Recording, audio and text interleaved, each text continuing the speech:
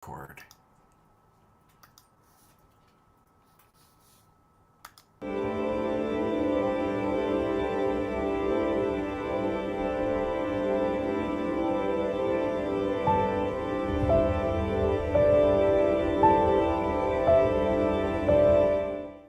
What if I were to suggest that you play a key role in the awakening world?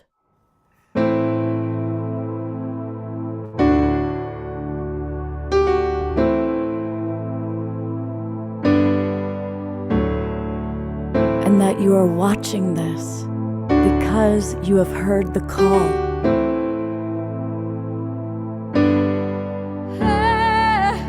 We can start right now by opening our hearts and minds.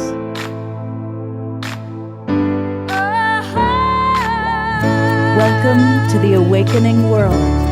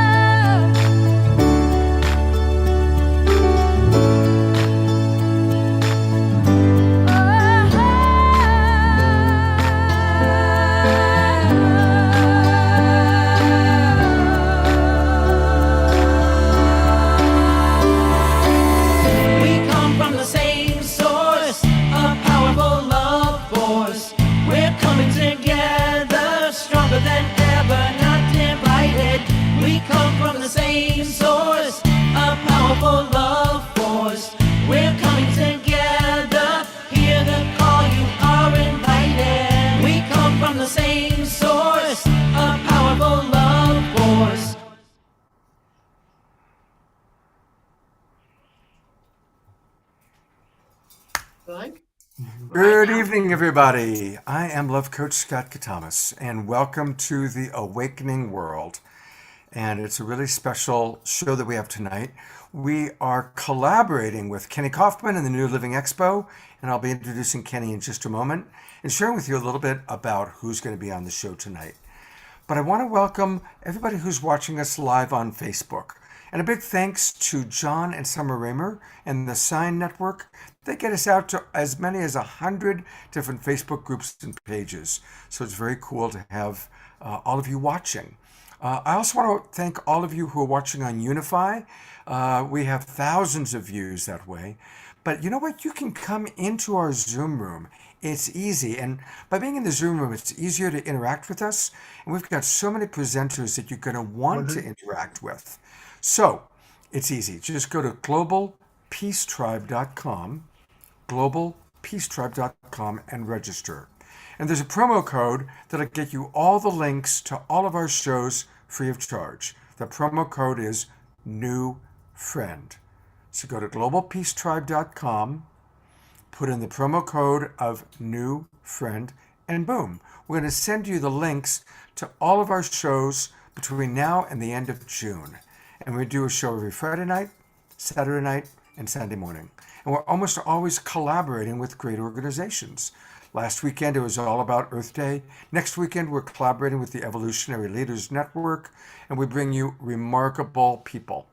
And tonight, one of those remarkable people is Marianne Williamson. Marianne's going to be with us live in about 1 hour, so we're looking forward to that. But we have a lot of other amazing people with us. And I'm just going to briefly put the spotlight on them. We've got Daniel Brinkley, who is one of our absolute favorite presenters, luminaries. We love Daniel Brinkley. And Daniel always brings his wisdom and his very unique perspective, having died, I can't keep track, 4 times, 5 times, a lot. So we're going to have Daniel with us. We've also got Elizabeth Wilcox Seraphine, and a lot of you who are in our Zoom room just heard her speak, and she's so wise and so eloquent and really has an understanding of what's going on in our world at this time that's very valuable. So welcome, Elizabeth. It's great to have you with us. Pleasure to be here. And a wonderful couple. For those of you who do not know Renee and Anthony, they bring wisdom. They bring also an understanding of our new earth that we're creating. So welcome, Renee and Anthony. Your first time on our show. So it's great to have you with us. Welcome aboard. Yeah, thanks. We're happy to be here. Yeah. And another person, and these are all people, by the way, you can see at the new Living Expo. These are some of the top keynote speakers. We've got Lisa Williams joining us. Hi. And Lisa, I'm so looking forward to hearing from you and getting a homeopathic dose of your wisdom and your medicine Thank tonight. you. Thank you. And we always have great music. And I invited back, we just met them a few months ago, and they're so great. I keep inviting them to be on the show. This is Mystical Joyride. And What's they're up, going to y'all? provide, yay, they're going to provide some wonderful music for us. And we're excited about that. So thank you so much. And later on, we're going to hear from Deva Seva. They're another musical band that'll be playing for us. And our favorite magician, Sean J., is coming back to perform some magic. We'll be hearing from Lori Grace and some other special surprises. So it's a full show. Ken has done an amazing job of putting it together. And speaking of Ken, there he is, Mr. New Living Expo himself, Ken Kaufman. Thank you. Kenny, you've done a great job. And there he is. There is his wife. Hello, Karina. Hi there. The wife that always people will say, I couldn't do it without her. So It's true. It's true. And every man needs a good woman. and to let everybody know again, the New Living Expo, this is it. The pandemic has wound down. We can come together. We can hug each other. And thank God the New Living Expo is always our favorite place to come together. It's in the San Francisco Bay Area, just south of San Francisco in San Mateo, and it's next weekend. And as you can see, almost everybody that's on that poster are on our show either last night, tonight, or tomorrow night. And these are 10 of about 100 incredible people who are all going to be at the expo. So definitely, if there's any chance you can make your way to the San Francisco Bay Area next weekend, that is going to be the place to be. That's for sure. Yeah, you can't miss it because it only happens now, once every so often, we'll say, instead of every year or so. And tell us a little bit about some of the other aspects of the expo, Ken. I mean, I can wax poetic, but do you and Karina want to share a little bit about, for people who haven't been there, what takes place in addition to 100 amazing speakers? Well, we have 170 exhibitors. You're sold out for booth space, which is fantastic. That's a great marketplace. The unique and unusual items you would never find in your common, new age bookstore or health food store. Panel discussions, 4 different panel discussions, workshops, lectures, just a myriad of that. And we also have a whole mind, body, spirit movement area on the grass. We call it the Great Lawn. We just posted the schedule just a couple of days ago on the website. We'll have ongoing sort of between yoga and Tai Chi and different movements and sound healing. Really fantastic. That's added. We have a whole cannabis conference on Saturday from 12 to 6, a couple different panel discussions for that. So it's got some new things that we have. And all of that is included with a general admission ticket. You don't have to buy anything extra to see the basic show. If you want to see a special speaker like Lisa or Marianne, we've got a few of those, 6 of those altogether. You pay a little extra. And we try to make our costs as affordable as possible. $20 for a 1-day pass, $35 for a 3-day pass. And that's the same prices it's been last for the 20 years ago. We haven't raised our prices for 20 years. Just amazing, right, Scott? That is amazing. And I love the expo. I can't wait to be there. Here's an example of all that's happening just in terms of speakers. Here's the speaker schedule for Saturday. And as I said last night, the hardest part of the expo is you want to go to more things than you have time for. So I do look forward to when we all have learned how to bilocate and we can be with Reverend Michael Beckwith and Lisa Barnett and Jessica Robinson at the same time, as an example. So this is the schedule just for Saturday alone. And but you're going to get a chance to hear from and see some of the best speakers this weekend. Last night we had Bruce Lipton, who was fantastic, Kimberly Meredith, the gentleman from India. Tomorrow we've got John Gray, and just so many wonderful people.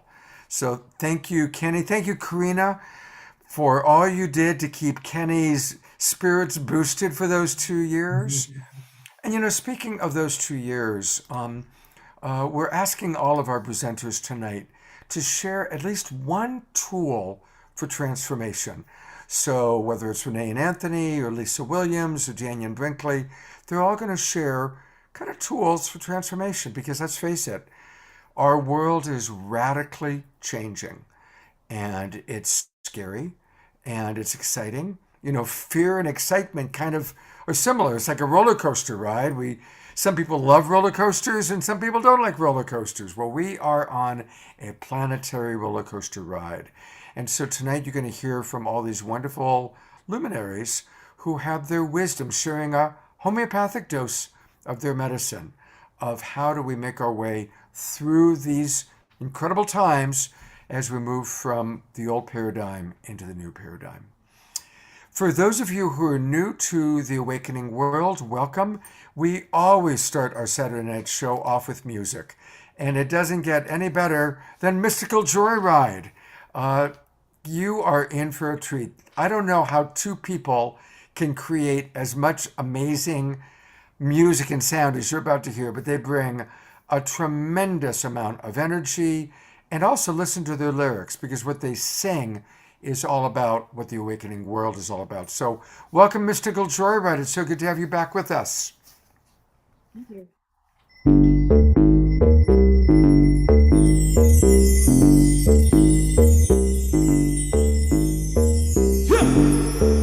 Greetings, humans, creatures, aliens, and non-corporeal beings.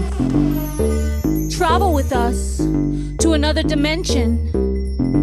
Open your hearts and your minds. Welcome to the Joyride. Come on. Yeah. Throw your hands up, it's a joy revolution. Throw your hands up, it's a joy revolution. Throw your hands up, it's a joy revolution. Throw your hands up. We gon' dance like no one is watching, laugh like no one can stop us, love like no one can hurt us. It's a revolution. We gon' dance like no one is watching, laugh like no one can stop us, love like no one can hurt us. It's a revolution of joy. Take the corners of your mouth, turn them up. Turn them up. Wiggle like you got ants in your butt. In your butt. Make a friend and take them to lunch. Money ain't a thing when you spend it on love. Pour hot tea, make the glass go clink. Look higher, you know what I mean. To the good life, no one can take away with reckless abandon. Yeah, We gon' dance like no one is watching, laugh like no one can stop us, love like no one can hurt us. It's a revolution. We gon' dance like no one is watching, laugh like no one can stop us, love like no one can hurt us. It's a revolution. Throw your hands up, y'all. Throw your hands up, it's the joy revolution. Throw your hands up, it's the joy revolution. Throw your hands up, it's the joy revolution. Throw your hands up, throw your hands up. A good smile will make your soul vibrate. Namaste in the world we create. Spread love, this is how we do it. Open up, out the box, keep it fluid. Shalom, Shalom. respect for the home. Everywhere I go, I know that I'm not alone. My peeps, Come on, we good. let's go. Refine this kindness, every day grow and dance. Like no one is watching, laugh. Like no one can stop us, love. Like no one can hurt us. It's a revolution. We gon' dance. Like no one is watching, laugh. Like no one can stop us, love. Like no one can hurt us. It's a revolution of joy. Of joy. Of joy. Of joy. Come on, y'all, throw your hands up. It's a joy revolution. Throw your hands up. It's a joy revolution. Throw your hands up. It's a joy revolution. Throw your hands up. Throw your hands up. We gon' dance like no one is watching, laugh like no one can stop us, love like no one can hurt us. It's a revolution. We gon' dance like no one is watching, laugh like no one can stop us, love like no one can hurt us. It's a revolution of joy. Of joy. Of joy. It's a revolution of joy. Hop, step, shake, slide, sing good vibes from the left to the right. Smile, dance, let it flow, let it shine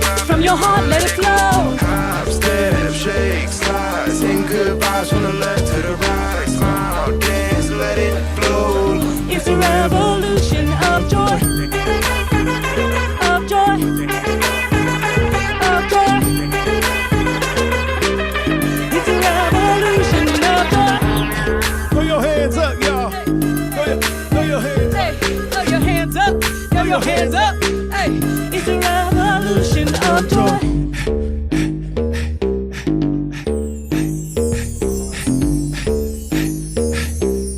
It's a revolution of joy.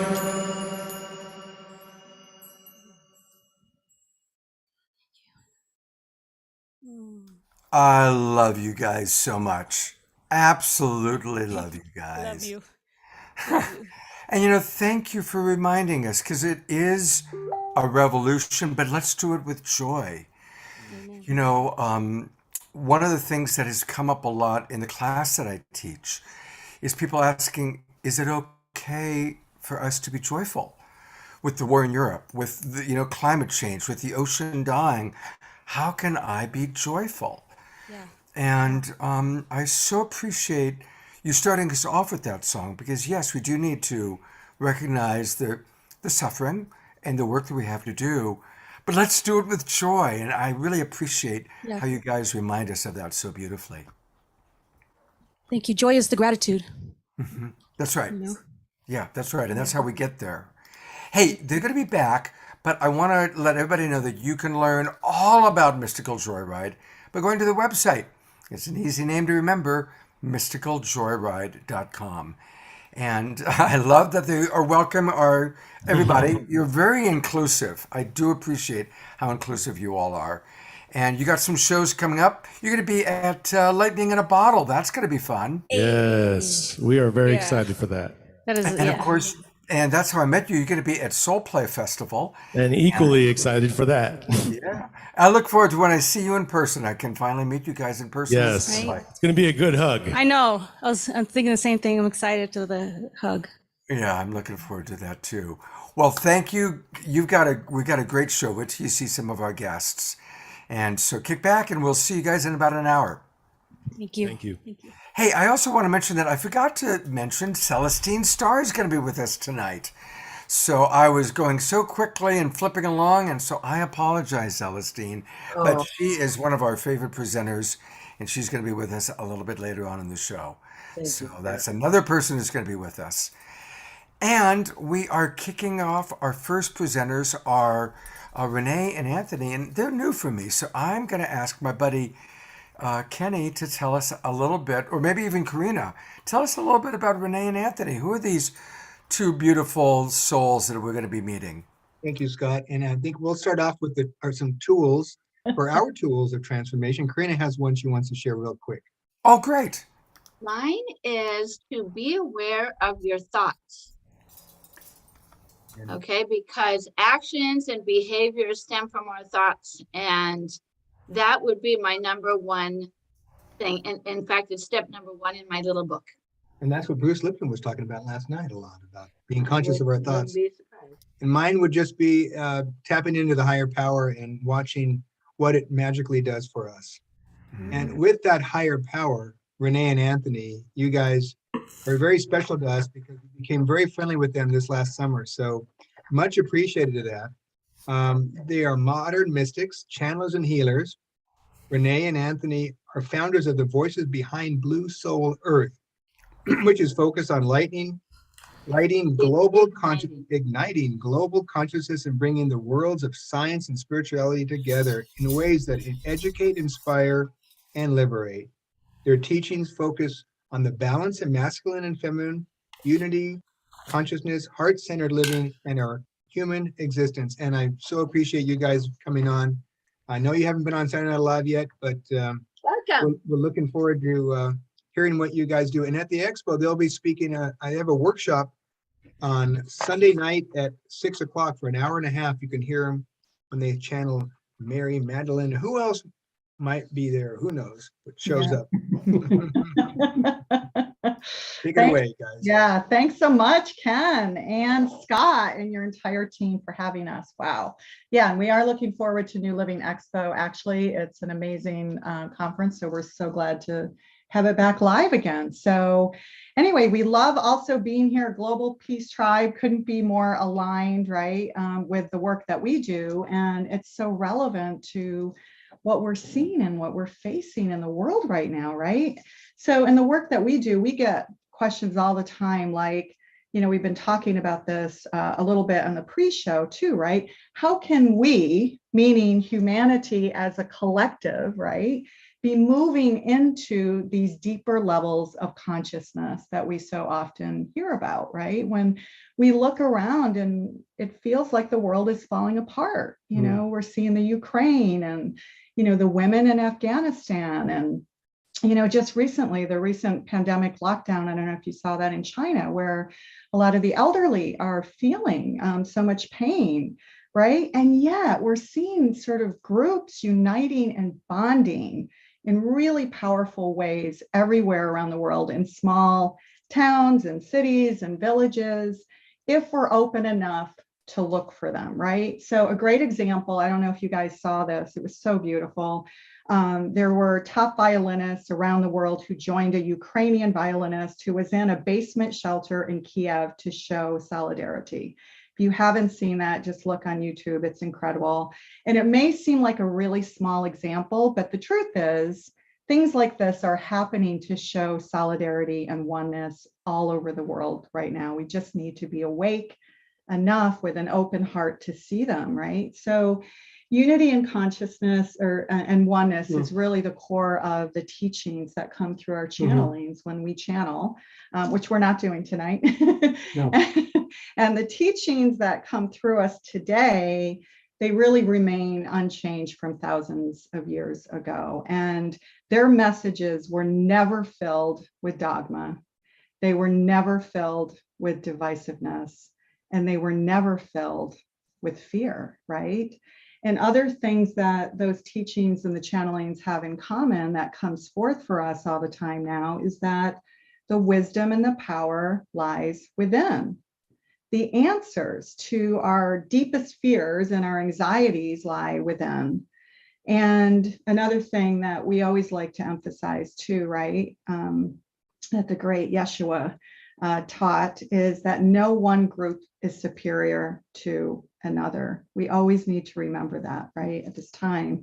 And then most importantly is that we are all interconnected, right? That's of course our favorite one, right? As Ram Dass and many other masters have said, we're here to awaken to the illusion of separateness.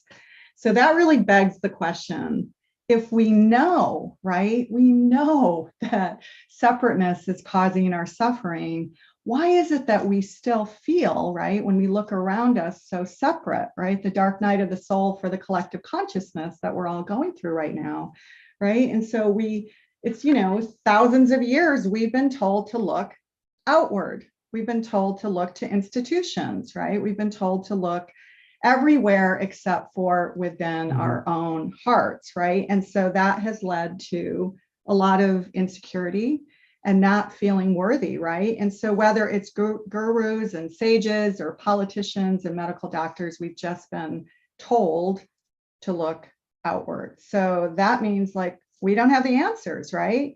And so when you have a collective consciousness of years and years and years of that, that's where we're at, right?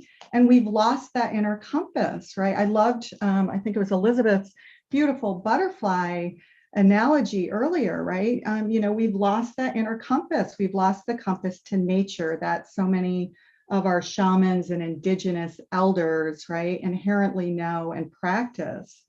So it really means that healing journey starts within. It's been said a million different ways. Self-love, it starts here. When we really go inward and love ourselves, right, then the healing can truly begin. And a lot of times it's really hard for us to do that, right? It's hard for us to give us the self-love and the self-care that we need. However, when we heal ourselves, and our guides say this all the time, heal one soul at a time, because when you heal yourself, you heal others. And when you heal others, you heal yourself, right? It's that beautiful symbiotic relationship and experience because we're all interconnected. And so we like to say, right, there's never been a better time to go within and to look at that internal compass and to trust it, right? 50 years ago, we didn't have social media. We didn't see our children all looking down at their cell phones 24/7, right? We are getting distracted by so much noise out there that it's making it really hard to know the truth. And the truth is really your truth, right? Your truth. And Magdalene, who's one of our main guides, as Kenny said earlier, you know, she vocalizes this in force through us every day, right? Speak your truth, speak your voice, speak from the heart, because, you know, this is our time, right? This is our time to feel empowered. And there's been no better time to do it than now. And sages and mages have said it countless different ways, right? The kingdom is within, said Jesus or Yeshua, and later Tolstoy, right? Our dear Oprah said inner wisdom is more important than wealth. And one of our favorites, just because it's fun, right? Plato said an empty vessel makes the loudest sound. I love that one. And of course, the great Buddha said no one saves us but ourselves. And so I really think that boils down to when we embrace our inner truth and we allow ourselves to be vulnerable. And, you know, to your point, Scott, what you said earlier, a tip or, you know, allow yourself to be vulnerable. It's scary out there, right? It is scary to speak our truth and speak our voice. But this is the precious gift that we can give others when we speak our truth from our heart, right? From our heart and speak our truth. And we show the vulnerable, you know, aspects of ourselves and the messiness and all of it. That is a precious gift to others, that they can do the same. They have permission to do the same. They have permission to, you know, just speak their truth, as messy and, you know, vulnerable as it may be. And what that does, right, that encourages people and groups of different cultures, colors, belief systems to finally come together. And that's the gift that we can give the collective right now who aren't sure where to go and are feeling lost, right, is to truly see them and give them that opportunity to share from their heart, speak their truth, speak their voice. I think that's, yeah, you're absolutely right. And first of all, I wanted to thank Scott, and I want to thank Ken, especially for New Living Expo, because, you know, it was during New Living Expo that when I was first opening up and becoming awake, it was so hard for me to control these energies that came through. And it was at New Living Expo that I actually felt like, wow, I'm at home. I'm with individuals that are like me, and I saw others that were similar to myself. So I say thank you so much, because you helped us come a long way.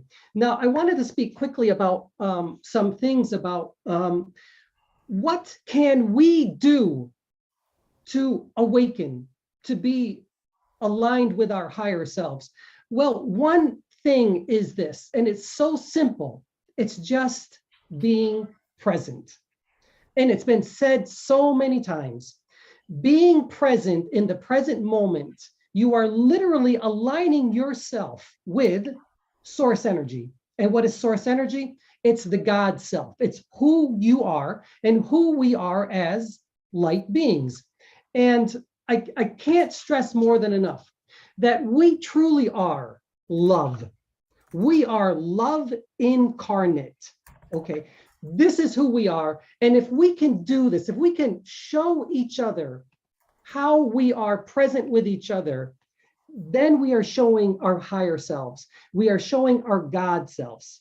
And I'm going to give you a few examples of this. Is that by profession, I'm a speech and language pathologist. So I work with children with autism, and many times they're all over the place. But there are instances that they will grab my face and they'll bring me into theirs. And I look into their eyes and they look into my eyes. And I say to these children, I see you. And I can feel them acknowledging my soul as I acknowledge theirs. And that is being present. And that is what it is to be source energy, universal consciousness, connected to the all the time. One thing, again, that our guides will always say, we are in your most intimate settings. And we never understood what that meant. Like, what are you guys talking about? It means this. They are always here because we are always here. They are us and we are them. We are one and the same, and we are always and constantly helping each other express ourselves find out who we are in this lifetime. And when we can discover that we truly are love, love, love, love, as they say, and I'm going to say to you, the only energy or the only glue that connects everything together in this universe and beyond, that energy is love. And I can't stress that more than enough, because that is the one thing that Yeshua, Magdala, will constantly always say, and this is the thing that Renee and I will say to all of you: remember who you are in this lifetime. Remember the true, authentic self of who you are. And then, only then, you will really know your true love source energy. We are not separate from source, but as our good friend said earlier, we are that God source energy. Reminding ourselves, understanding it, rediscovering it, reinventing it. It is a renaissance of who we are again. And I truly believe that now on this earth plane, no matter what we are seeing going on, that we are more connected now than we've ever been before. And we see that happening in so many different parts of the world. So many shows like this, Scott, that's occurring now is occurring everywhere on this planet. And we are becoming more and more connected, not just through our technology, but through our understanding of who we are as human beings, this source of love, this God that we truly are. And again, I want to thank everyone for being here. Well, and understanding too that we are all energy, right? We're all energy beings. So the exchange that you have with the autistic child, or, you know, Anthony had told me another story about a homeless man that you had connected with, Yes. right? And who just, you know, did this bowing down to you as a way of thinking and gratitude. And that expression, that energy exchange, when we get to that place of really truly seeing the other as ourselves, that is it's the opening, right? It's the opening that we want to give to others, that we are not separate, right? We are the same. Yes. Right? Absolutely. Thanks, guys. You know, and I want to acknowledge, I've seen you channel, just so people recognize, this is your first time on the Awakening World, but I've seen you on Christy Michaels when I've hosted her Magdalene events, and seen your beautiful channeling. And a lot of the people right now in our chat box, Janet and Carol and Nancy, are all saying yes in various ways. You know, you have so much passion, both of you. I love how passionate you are. And you help people to connect. You know, like Anthony said, you know, he first started having this awakening, and, you know, now you've got however many years of practice. But for other people, they're at a different level of awakening. And so if you want to learn how to wake up, Anthony and Renee do offer a lot of ways to work with them. So their website is bluesoulearth.com, bluesoulearth.com. And I love what they say right here: awaken and ignite your soul.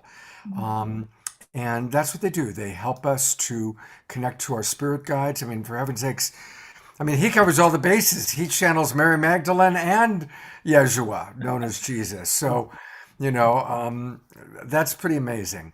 And I've watched him do it, and he's a clear channel. So go to bluesoulearth.com. Is there any particular offering that you really want to mention right now for people? Sure. We didn't really think about it, but if you also go to studywithspirit.com. So I actually happen to have that right here. You do? Okay. There you go. Exactly. Yeah. There it is. Yeah. Blue Soul Earth is our main website. So you can certainly go there for things like how to work with us, live courses, private sessions, that kind of thing. But Study with Spirit has a number of pre-recorded courses on demand where you can just go and check everything out. In addition to Yeshua, Magdalene, and the Ascended Masters, we also channel Metatron and Melchizedek. And so we have just launched a new course on sacred geometry with both of those energies. And, you know, at studywithspirit.com, I think the biggest thing is our Ignite program. We have a annual membership program called Blue Soul Ignite, which you can register on Study with Spirit. And that way we get together every single month as a community, and there's live channeling and healings and energy activations and all sorts of fun things. Beautiful. So Go see them live in San Mateo at the New Living Expo, if at all possible. And definitely go to their two websites. Again, it's studywithspirit.com and bluesoulearth.com. And Debbie Johnston, our wonderful co-producer, is putting those links into the chat box. Thank you so much for your passionate dedication to our transformation. I look forward to seeing you again soon. Oh, Thank you. thanks, Scott. Thanks, We you love guys. your show. Thanks so much. Take care. Thanks, Renee and Anthony. We'll see you Sunday night at 6 p.m. for an hour-and-a-half workshop. Where there'll be Yes, clowns. right after Bruce Lipton. So everyone can go to Bruce and then like head over and see some. That's exactly right. Yeah, Wow, that's a double header. That's a back-to-back. got a lot of And then stop by the seaweed booth after that. Yes. First time. Definitely yeah. want to. We're all going to be at the seaweed booth. That for sure. For sure. Yes, we won't miss Hey, that. I think it's time for Lisa Williams. Yeah, let's get her. We love let's get her Lisa. on. Yeah. Bye. See you guys next.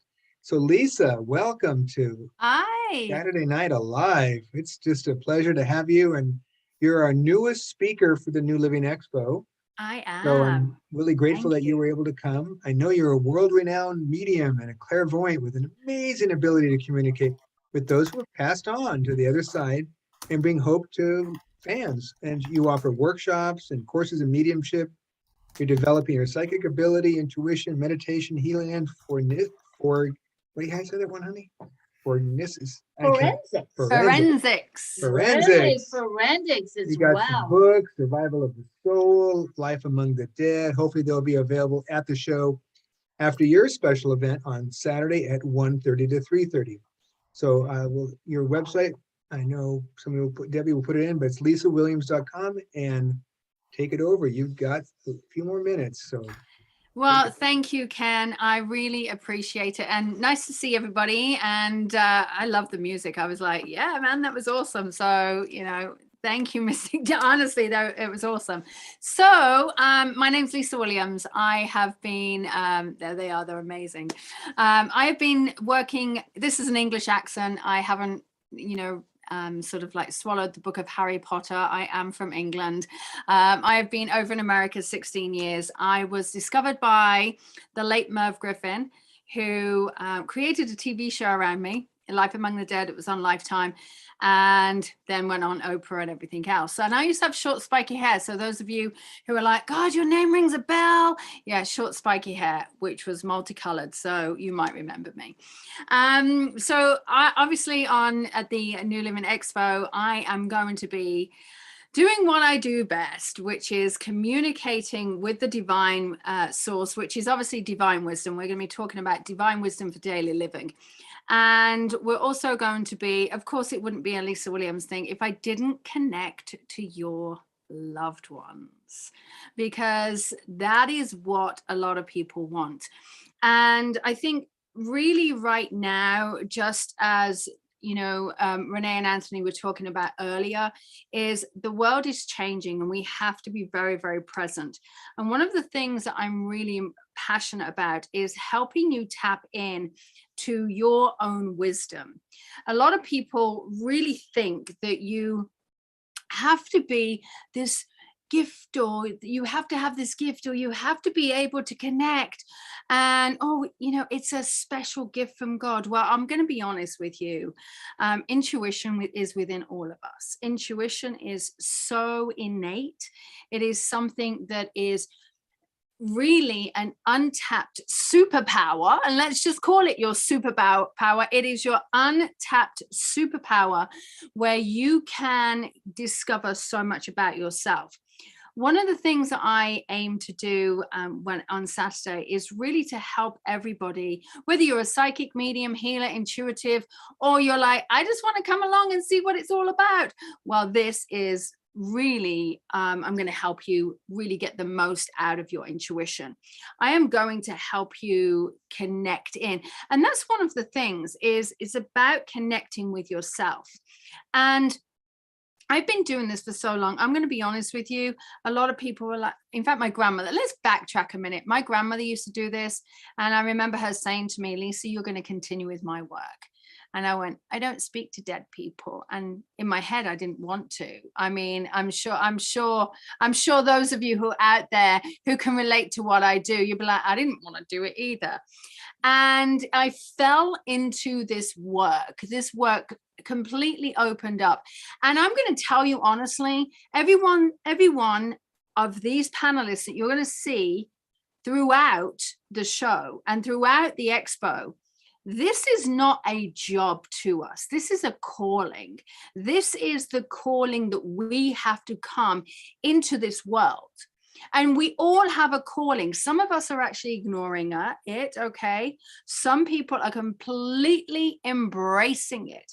And this is your opportunity to embrace it. So when we tap into our intuition, let me help those skeptics out there, because I know you're out there, is the intuition is actually part of our brain. There is a massive science behind this. And I also studied neuroscience. So I'm going to give you a little bit of science, and I'm also going to give you a little bit of intuition on Saturday. But what happens with our brain when we are getting into our intuition is we are taking away all of the outer things, you know, such as the emails and everything else that we're getting, that we are working with normally. And we are tapping into the ancient brain of emotion, which is scary. Let's face it. Sometimes that ancient brain is super scary. But when we tap into the ancient brain, it will send signals through a particular nerve that is our vagus nerve, and it hits our stomach. Have you ever heard of gut reaction? That is because our limbic system is firing off. The emotions are running through us, and we are getting a gut reaction based upon this ancient brain. It is not just for those people who are gifted. And what this actually does for you guys is it helps you with anxiety. It helps you with stress. It helps you with confidence. It's going to help you with your own connection. Now, some of you might be thinking, well, I'm intuitive already. Absolutely. But I'm going to take you on this journey of connecting deeper, because I'm going to tell you truly, when you can connect deeper, and as someone who is like me, who does this work day in, day out, and has thousands of students around the world, your intuition is your superpower. Let me ask you, how many times have you wished that you were not tossing and turning at night, sleepless nights, struggling with stress, and that you wish that you had the answers? You wish that you were not waiting for your friend to tell you what to do, or that you were rushing around to go into a psychic reading. Oh my gosh, I am going to tell you, it is so important, because even I've done it. I've laid awake at night wondering what was happening. And in that moment, in that time and space, I can help you access that, what I call divine wisdom. That divine wisdom is so innate within us. You can be your own guide. You know, if you are listening to what Renee and Anthony saying and going, yeah, well, I can't connect to my own guide, my spirit guides, I'm going to help you connect into yourself. Because when you can connect into yourself, you're going to have a greater understanding of being able to connect into your spirit guides and into your spirit, into your soul, and then in turn into your loved ones. Many of us have lost loved ones, and we wish that those moments that we could just click our fingers and go, I wish I could connect. You can. It is so easy to do. And I'm actually going to help you do that. And it's a simple visualization tool. And in fact, we could do it now I'll go through the basics, but basically visualize them. Think about them. Imagine that they are there with you. Imagine that they are standing with you. Remember what it's like to be felt by them, to have their arms around you, to hear their voice. And then it starts to come real. And maybe a tear starts falling down your cheek. And maybe you start to think, oh, this is not real. But you have to believe yourself. Keep telling yourself, this is real, this is real, this is real. And the more that you are opening yourself up, the stronger that vision starts to come. And guess what? It's no longer part of your imagination. Your loved ones are there. They are there with you every second of your day. They want to be part of it. And it's those times that you are driving your car, washing up, listening to music. You are in a complete state of relaxation. And then suddenly you go, oh, hold on, I'm feeling my loved one. I'm smelling cigars. I'm smelling smoke. I'm smelling something. And you think that that is your family member, your loved one. And then you go, nah, it can't be. It is. Truly, it is. And what's actually happened is a chemical reaction has actually happened. That's simply what has happened. Is you have released oxytocin in your brain, and that oxytocin has just gone and opened up your heart space, your heart center, your heart opening. Oh my gosh, it's like, yeah, man. Oh, baby, bring it on. And then you know what's happened is spirit's gone, I'm going to come and talk to you. And that's what's happened. Spirit is waiting for the opportune moment to communicate with you. They might give you that divine wisdom that you are looking for. They are going to help you relieve that anxiety. They're going to help you with stress. They're going to give you the messages that you want to hear. They are going to take you on this journey, which is incredible. And so my tool for transformation tonight is to have gratitude. To absolute have gratitude when you place your hands on your heart and you have absolute gratitude for some of the hardest things that you have had to do in your life. Some of the hardest things that you have had to face. Guess what? Feel that heartbeat. Breathe. And realize that if it wasn't for those difficult times, difficult moments, that you would not be the person that you are today. Those lessons, those tough times, those amazing times have brought you to now. Try and find gratitude in everything that you guys do, because that is how Spirit connects. That is how we get the information that we need. That is how you are going to connect to yourself and find that divine wisdom within us all. So I am super excited to be with you next Saturday. You know, I think you have got an amazing, amazing group of people. And I am just going to do a little bit of a selling thing. Go and buy your tickets right now. If you're on the edge of your seats going, I don't know, maybe. That's telling you, all right, someone's telling me that you need to go and buy your ticket right now. Anyway, I'm going to get off my soapbox. Lisa, I love that you're doing that. Absolutely. And I'm actually on your website. And her website, where we can learn all things Lisa Williams, is at lisawilliams.com. And look at what she's got right at the top of her website. Like she said, she's, speaking, she's walking the talk.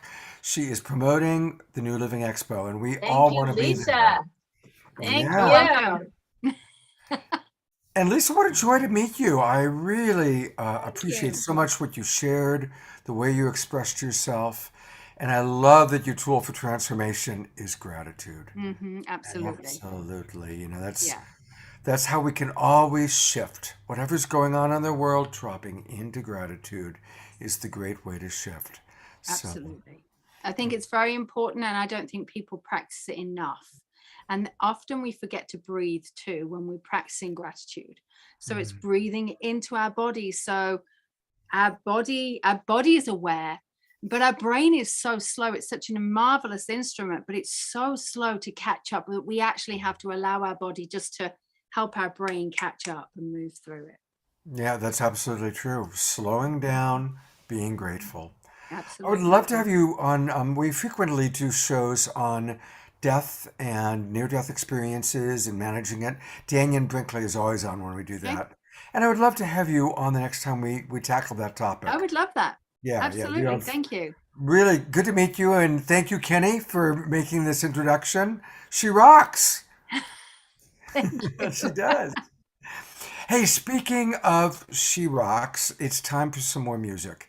And I'm really excited about this. Anuprabha, who's way there in the back, wave Anuprabha if you can hear my voice, is a longtime friend of mine. We teach together through Love Coach Academy. But by day, she's a brilliant coach, but at night, she is a wonderful songstress, and this is her band, Deva Seva. And so we're excited. Making their Awakening World debut is Deva Seva. They're an international Bhakti rock band. And I love that. They're dedicated to being of service through music, creating safe and sacred spaces. They combine meditation with celebration. How cool is that? Now, they're not going to do meditation right now, but they sure are going to do celebration. So here they are, Deva Seva. Thank you, Scott.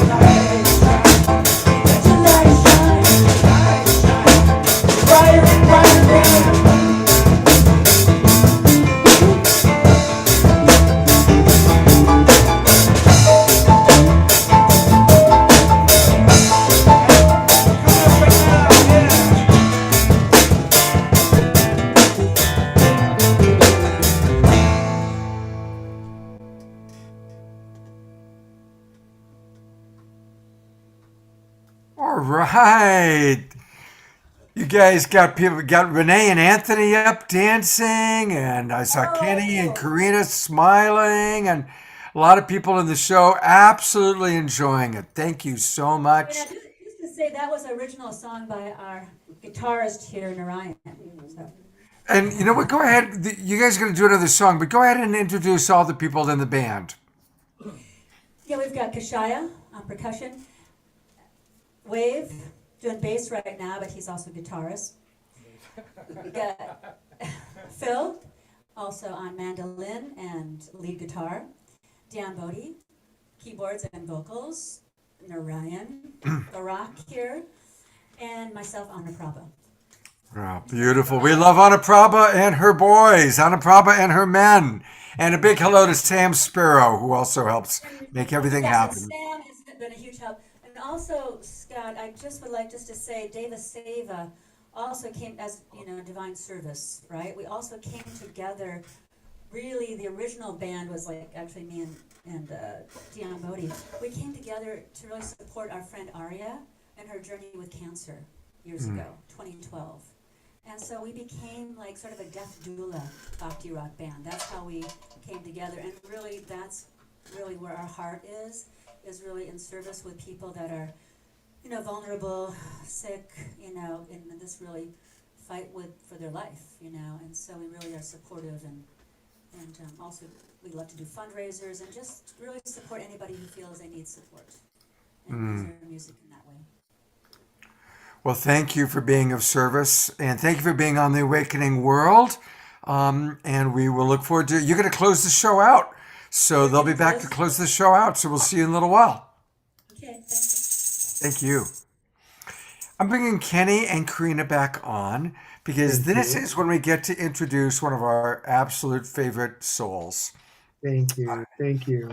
Yeah, it's go ahead, Ken.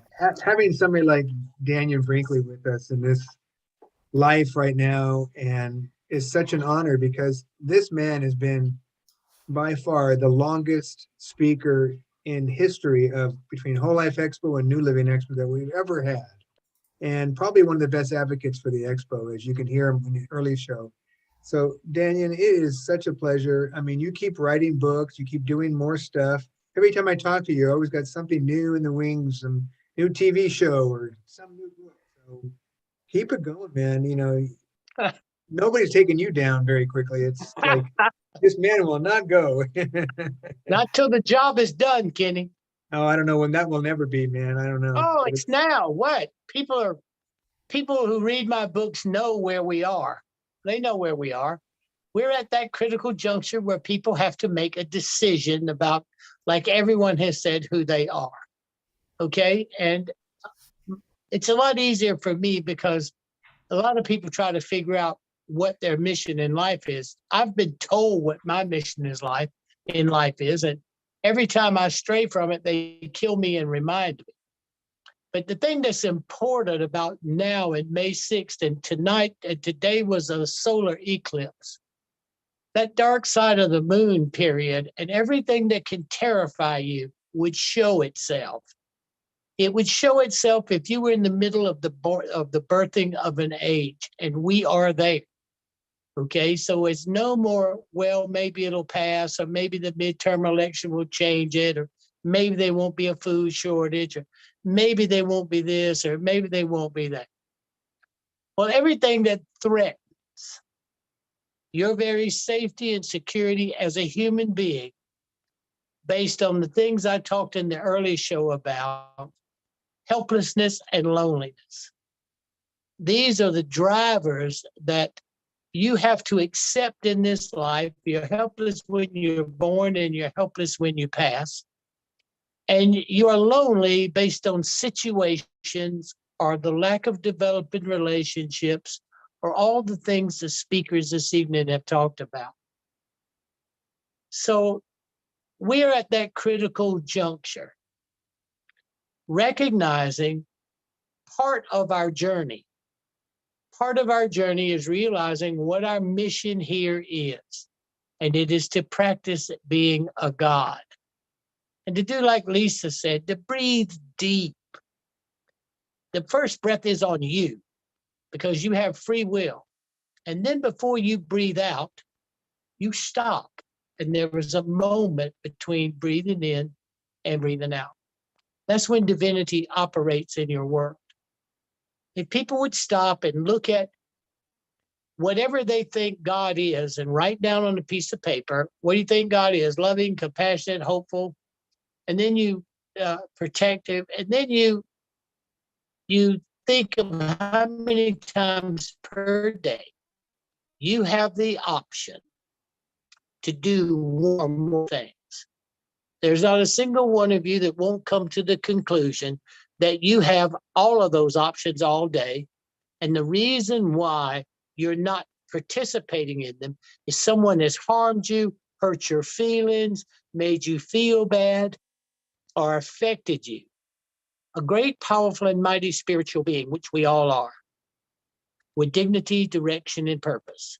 The only thing that could ever go wrong is you allow something to affect your dignity, which skews your direction and your purpose. Everything that's going on around you, everybody, is designed to do that. Because if an new age wasn't coming, and we weren't sit here as guardians and protectors of that age with sound, music, presentations, and defying all natural laws, then this age would not be the golden one we talked about. And if you look at what the Maya say, and I just came from there, I just came from the Yucatan yesterday, and I was looking at a new set of pyramids that's roughly 2100 BCE, and they've just discovered them, which revolutionizes the Maya culture. And when you stop to think about accuracy, the Maya calendar counts down. It doesn't go into the future. It counts from a certain point backwards to the end. And when it goes backwards to the end, it sets up, they had the knowledge of setting up for 25,920 years, the procession through the equinox, the true birth of a new age, and a solar eclipse today. They would, for 25,920 years, 365 days a year. They have known there were 365 days in a year, 1,000 years before anybody else did. And they count each day down. So looking at that and realizing we are at the pivot point and we must make decisions. We must make decisions about being helpless, being lonely, and holding the light. And people, when you said, think of something that you'd like people to use to change and transform. Well, what everybody else said, what Elizabeth said and what Lisa said. I mean, I would always look at what do you put on that list that God is and like one of them. And take, the things that you list, God, caring, loving, compassion, pick one of those and become the best there is at it. Because then you're practicing being God was specific. I defend the dying. I defend the death process. And that's where two or more gather in my name, so shall I be among you. Well, by doing that, then I have living proof that those words are true, because what I have seen at the bedside over my 43 years as a hospice volunteer and my 34,000 hours at the bedside and my 2,012 people I've been with going from this world to the next. And I've been dead so many times, it's like a comedy routine, that I have a grip on that space between here, the process of dying, the end point, the transition, and all the struggles that come with coming back. I know pain. I understand how modern medicine and science operates and what happens. So in the course of that, I can promise you, everybody, you can take this as a fact, we're at an age whereby not doing what you're hearing the people telling you tonight to do, and not making the decision about who you are, practicing being a God, and design it in such a way that it outmaneuvers everything that wants to stop you. Nothing stops me from hospice. Nothing stops me from writing books about it. And nothing stops me to help creating programs. I created the Twilight Brigade, as most of you know, which was one of the largest end-of-life care volunteer programs for dying veterans. And I got it from an idea from Marianne, who's coming on. Because when I had the third near-death experience doing brain surgery, I got a chance to see a world that people get trapped in. The Catholics call it purgatory, which they made up. The Tibetans call it the bardo. But this level of consciousness exists, and people who've been betrayed and people who've been abused, nobody has to go down the tunnel. You'll eventually go, but you don't have to go. And so when I came back to create the Twilight Brigade for dying veterans because of AIDS, I just kept expanding it. And now the United States Veterans Affairs has something now called No Vet Die Alone, which I'm one of the co-writers of it. So I put in my program in end-of-life care and made it a standardized working model in the Veterans Administration for veterans in transition and their caregivers and family as a protocol program. I'm quite proud of that. But I picked the defending the dying because of the horrors we put people through because of advancements in modern medicine. And when I saw all this, I had to do something. Everybody knows that for 45 years, I have said that the battle for the souls of humankind would be fought in healthcare. I wrote a book about it 26 years ago based on something that happened 45 years ago. And if anybody looks at Saved by the Light, and they go to chapter 5, and the title of the chapter is Technology and the Virus, and cut on the television and tell me what I missed. The describing of the virus, the vaccine, the shot, the whole purpose of chipping and all that stuff I wrote about. And why? Because we've all lived for this time. This is the time that's this year, 22. We have lived for this time to make the right decision, the right time, at the right place, with the right power, with the right conviction. Okay? And keep your heart open and pick one of the things you think God is. And you pray and hope that God is in your life. What God is, what the Christ is, what consciousness is. Pick one of them and specialize in it as your life's work, not to consume you, but as your life's work. And you work at it, plan it every day, just like me in hospice. Okay, I live among the dying. I know what the dying looks for, thinks about, what they need, what happens to the family structure as transition occurs. And I've been doing it for 43 years, and I know what's on the other side, and I know what's next. Not from story or some deal, but I've been declared dead and had near-death experiences, but I've had 2 death experiences. So right there is where I put my life based on these events. You don't need that. You don't need that to happen to you.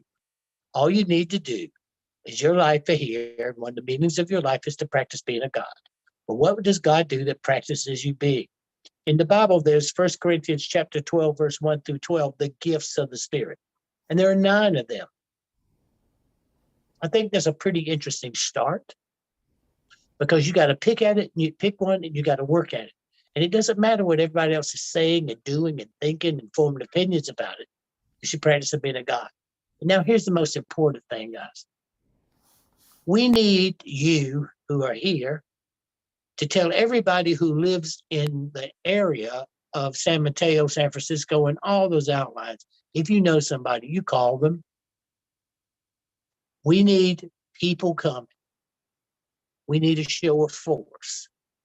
We need the divine nature of us coming and looking at ways and things and arts and celebrating the fact that we will not be lonely and that we can have each other. Helplessness and loneliness is the 2 toughest things to have to face when your job is practicing being a God. And your superpower is that you are already a God. So everybody, I cannot wait to see Corinne and Kenny. And we have been friends. I mean, we are really close friends. I love them. I love them. And I've been doing this show as long as Kenny has. And I've been out here 40 years. I think me and Marianne are like and maybe Bruce, we're like the last vestige of that old guard. Okay, when you think about it, the rest of them has journeyed to the next round. But I'd like to also thank Scott, too, Kenny and Corinne, because Scott's been doing this every night, every week since this insanity started that we call a shutdown, that could make us feel helpless and that make us alone. And when you can take helplessness and alone and you can combine them, you are forcing yourself to accept the real life. In the divine, you're never helpless and you're never alone. But to practice being a God, so we prove something to something higher than ourselves. There's something else that needs to see us be this, helpless and alone, not as powerful beings, not as war, or like my nature is to defend, to hold a certain position at all costs, and I will hold that position at all costs. And I know that nature about me. But the point is the day of reckoning for all of us and then more of us to come together in that mindset. And there's no greater place than to get there than coming to Kenny and Corinne's program next weekend in San Mateo. And I'm asking everybody, and I know that Mel, it's Kenny, it's Light Streamers. You know where it is. It's lightstreamers.com. And send this to Mel because I can get that out to like 40 or 50,000 people. And I didn't think about this because I was in the jungle. And so please send it to Light Streamers, to send it to Kit, to Mr. Mebane. Bless you. And send it to Mr. Mebane and get him to put it out now. Hey, Daniel, I want to thank you so much for all the times that you are on our shows, all that you do. And I want to acknowledge for a moment your dedication to being of service. For people who've watched us on the show before, you've heard me tell the story. I've watched Daniel at hospice. I've watched him take a young man who is terrified of death, hold him, hug him, take him up and show him what really happens when he leaves his body. And then this man, oh my God, there is a heaven. I'm going to be okay. And Daniel has been doing that for 45 years, doing hospice work. And I so appreciate, Daniel, your commitment to all the thousands of people whose lives you've impacted through your commitment and your service work. And, you pointed out Marianne, who's going to be up in a moment, Kenny, and it's so important. All of us need to find our own unique dharma, our own unique service. Thank you. Practicing being a God. Scott, when you frame it in the proper term, just like what Lisa was saying, in order to enter those levels, then I can go to heaven. You've seen me do it. You see me take someone, you talk about a shared near-death experience, I can wrap you up and bring you across that border. It's nothing to me. Over there ain't over there. Okay? And if you know me, like you know me, mind reading, that's all funny. I make fun of people doing it. Okay? We are spiritual beings. We block so much of our greatness so that we can perform a function in a certain environment, helpless and alone. And loneliness comes because we're designed to have interactions with people and learn to love and appreciate and change. Okay? And this force, people who read Saved by the Light, the final vision, this force says this: we heroes, all those beings, all those light beings, all of those aliens and terrestrials and tall Nordics and all of that crowd, they watch us. Everyone watches this beings of such might and power, like the mightiest of them, to humble themselves, to come in and to believe a lie so they can show helplessness and loneliness is not more powerful than the service to the divine. And once that is locked into place, the mindset and the psychology is in place for you to enter the realm. I can go there breathing. I can listen to the sound and tone of a person's voice. And then I listen to the conjugations of the verb when I've set certain patterns, and I can cross that veil. And if there's somebody who needs to connect with them, because I do this a lot in end of life, and it's just me and them there. And it's okay for grandmother to come. It's okay that they could come, because look how I've had tens of thousands of hours.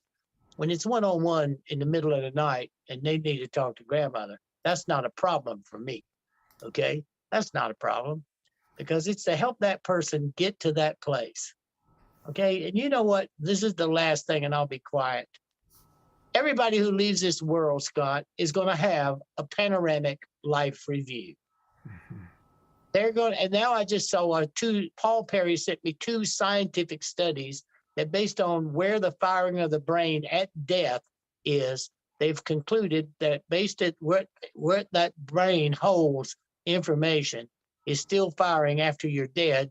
It's about memory and recall. So they're hypothecating that they've now scientifically found a basis that people see their life review as they go from this world to the next. Well, every person who's ever had one of these puppies knows that that's true. So watch. If I hold true to what it is, the defendant of the dying, and the panoramic life review says I'm going to see my entire life pass before me in a 360-degree panorama.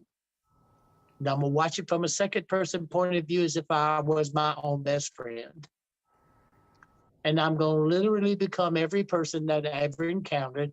I'm going to feel the direct results of my interaction between me and that person. And I'm going to ask myself this question.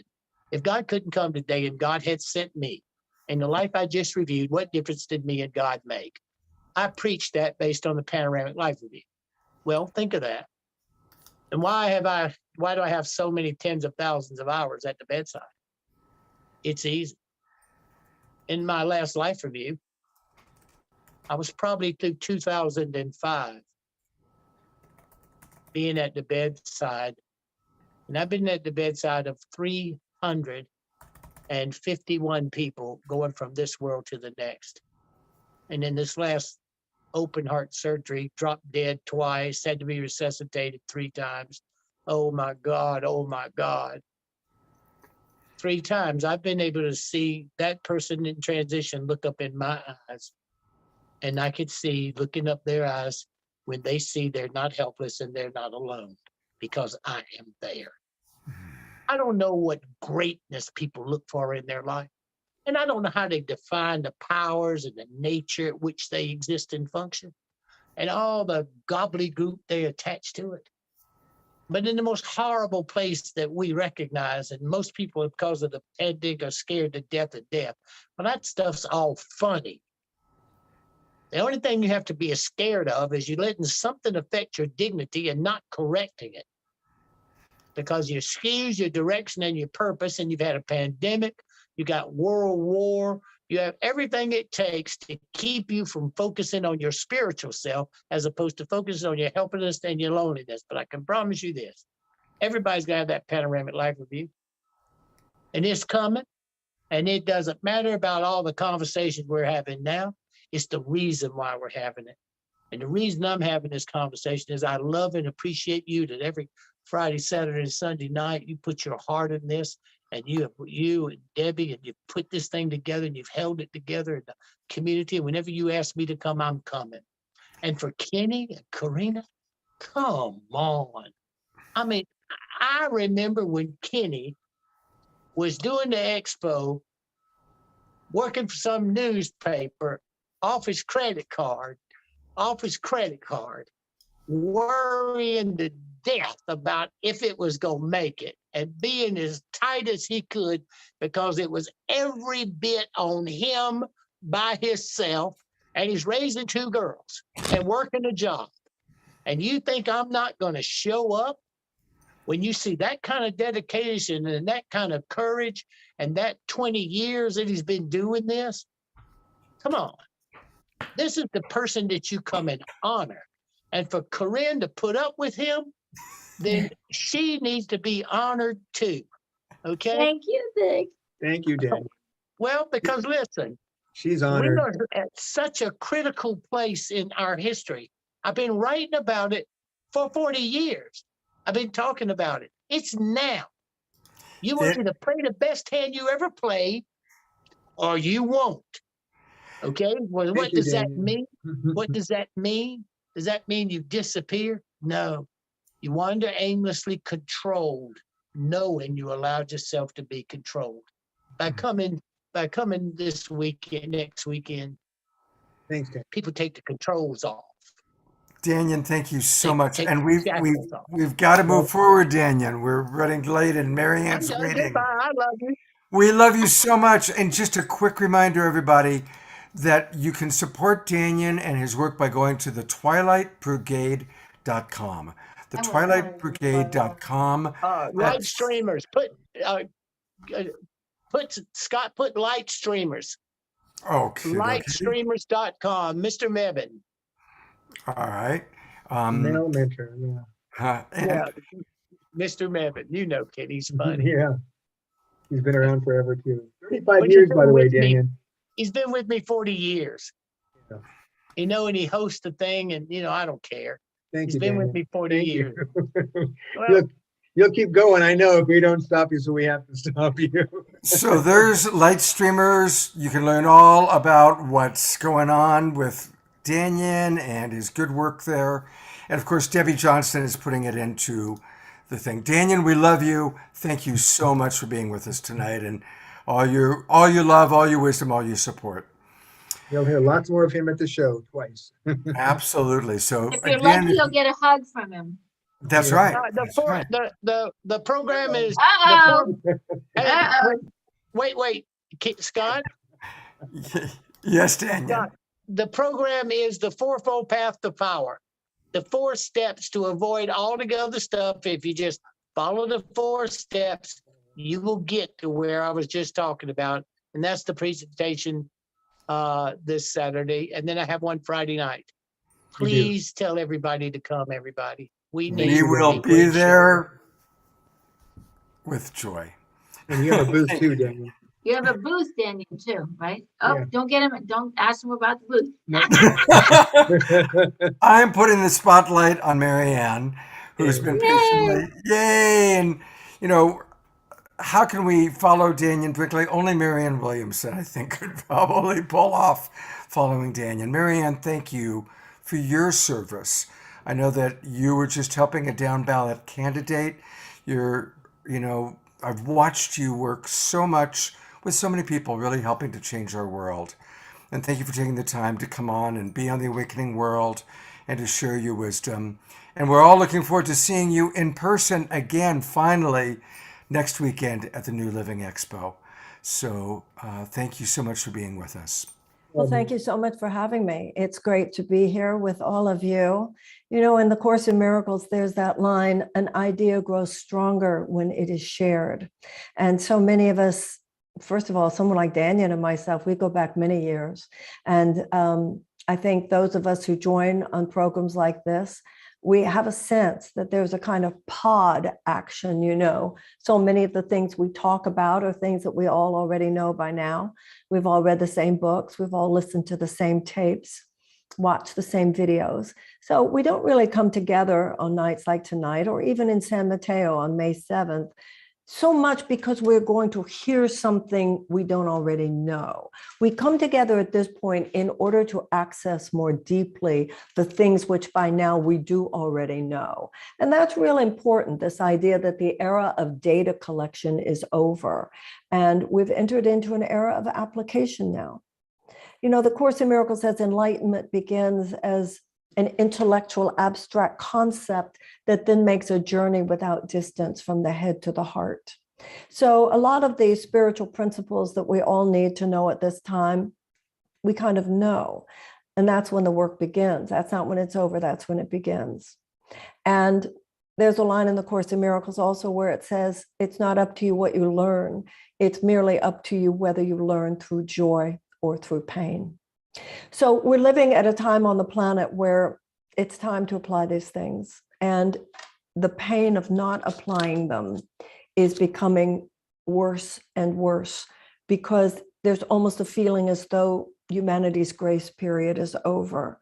You know, look at something even like environmental destruction. You know, Jimmy Carter had solar panels on the top of the White House back in the 1970s. If we had gone green back then, none of this stuff would be happening that we're all so upset about today. There are so many ways in which there have been accumulated layers of malfeasance and mistakes and selfishness and greed and just the mistakes that we've made in our own lives that have taken us to a point on the planet now where we're all aware, we're aware as individuals and we're aware collectively that something must change. I remember reading once about how little chickens get born. So what happens is little chickens inside the eggshell, right? When it's time for the chicken to break through, to peck out of the eggshell, what happens is that when it is time, a noxious gas fills the inside of the eggshell. And also at that time, the mommy chicken instinctively knows where to peck on the eggshell so that the little baby chicken inside knows that's where I break through. So it's incredible the way nature sets up the chicken to be born, but with the noxious gas, the chicken is literally dying to be born. It cannot stay where it is. And that's where we are now. We must change. And we've all had certain points in our lives where we know, I've got to change. I can't keep living the way I've been living. And now at this point, I think humanity knows something must radically change. The bankruptcy of the entire order of things with which we have been governing ourselves collectively is clearly not working. Now, we can't just take some broad stroke and fix the world. This is how we'll fix America. This is how we'll fix Europe. This is how we'll fix the environment. This is how we'll fix Africa. This is how we'll fix Russia. This is how we'll fix China. It doesn't work that way. And we know, as metaphysicians, we know that the entire world is embodied in each of our lives. So the Course in Miracles says you can't know the best part that you would play in this healing web of possibility that is now emerging. You know, the universe works like a GPS. When you've taken a wrong turn, the GPS automatically recalibrates in order to take another turn. What's happened now is that humanity has taken a really wrong turn. And yet the recalibration is at play. And each and every one of us are assigned the part. The Course in Miracles says you can't know where your skills best fit in, where your successes best fit in, where your talents best fit in, where what you learn from your failures best fit in. You can't know. But as we graduate beyond, well, what do I want to do with my life too? How can I be best of service at this extraordinary moment of rebirth on the planet where humanity is literally dying to be reborn? We can't continue the way we are. If we continue being the people we have been, it is unreasonable to assume we will still be thriving on this planet in another 100 years. You know, sometimes people look at people like us and go, oh, we're so naive. No. What's naive is to think that if we continue the way we have been on this planet, the way we treat the earth, the way we treat other nations, among ourselves, what's naive is to think that we will be able to continue for another 100 years. A radical break with the past is a sophisticated look at things, but that radical break with the past must be done tenderly. That's why when Daniel talks about being hospice workers, we must be death doulas and birth doulas right now. We must be death doulas to that which must die now, as well as birth doulas to that which is being born. Why do we go to something like the event on May 7th? Like I said, not because we're going to learn principles that we don't already know, because most of this is not really that new at this point. The issue is to take it down more deeply, that it goes from here down to here and down to the gut, that we are accessing these things so that we are not just learning the information intellectually, but so that we are viscerally becoming it, so that we are embodying things at a new level. And that is the meaning of this moment. That is the zeitgeist of this moment. And it's so great to be coming out of COVID now. It's so great that we're going to have the opportunity to be with each other again, because there's something about sharing molecules. You can go pretty far on Zoom. Zoom's proven itself pretty amazing, actually. But there's something about the fact that we can be in rooms together again, the fact that we can share molecules, the fact that we can have that feeling of electricity when people in the same room are having those aha moments at the same time. At this point, we have no time to tarry, both in our own individual lives and in terms of the collective rebirth on the planet. And so what people are going through now is this, like in the Course in Miracles, there's a prayer every morning. Where would you have me go? What would you have me do? What would you have me say? And to whom? Just like the cells in the body are assigned to the place where it would go, you to the pancreas, you to the lungs, you to the heart, you to the bones. Each and every one of us are assigned. You to the arts, you to education, you to teaching, you to writing, you, whatever it is, that's our assignment. And today we have a collective assignment of being immune cells in a very wounded state of humanity. How can I best be of use is the question. Now, the Course in Miracles says that everybody's life in every situation is a highly individualized curriculum. Everywhere we are, every situation, every encounter, we are both invited to be a better version of ourselves and challenged. Challenge. Are you going to play this the way you played it before? Are you going to fall back into your weaker patterns of victimization and whatever your particular character defect is? Or are you going to take a deeper breath and say, I want to die to that weaker person that I used to be. I want to die to that harsher person that I used to be. I want to die to that needy person I used to be. I want to die to that demanding person I used to be.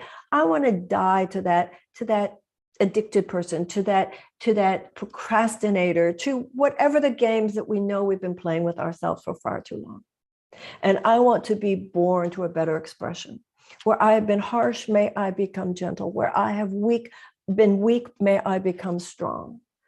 Where I have been judgmental or blaming, may I be forgiving and more understanding. And we come to understand that every single situation, every encounter, every relationship, the Course in Miracles says every relationship is an assignment.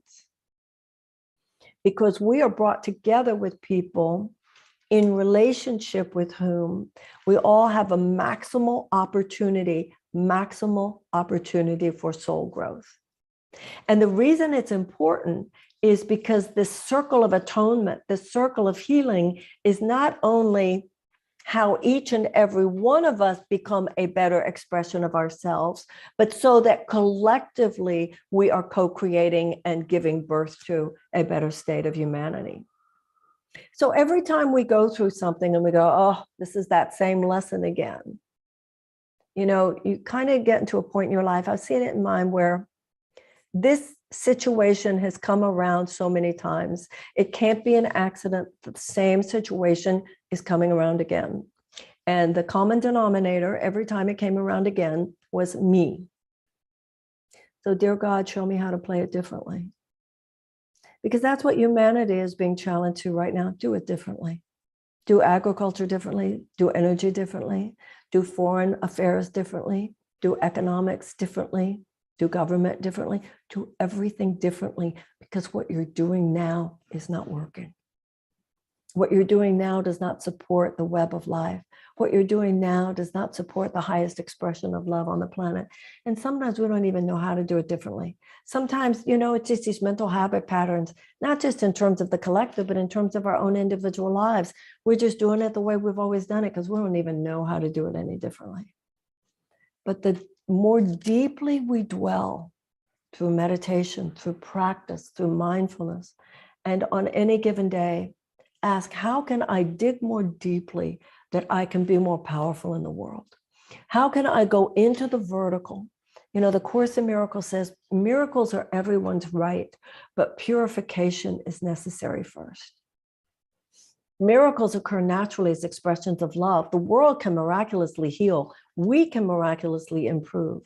However, we have to be willing to discard those layers of personality, those layers of habit patterns, both individually and collectively, that obstruct love, obstruct compassion, and obstruct forgiveness.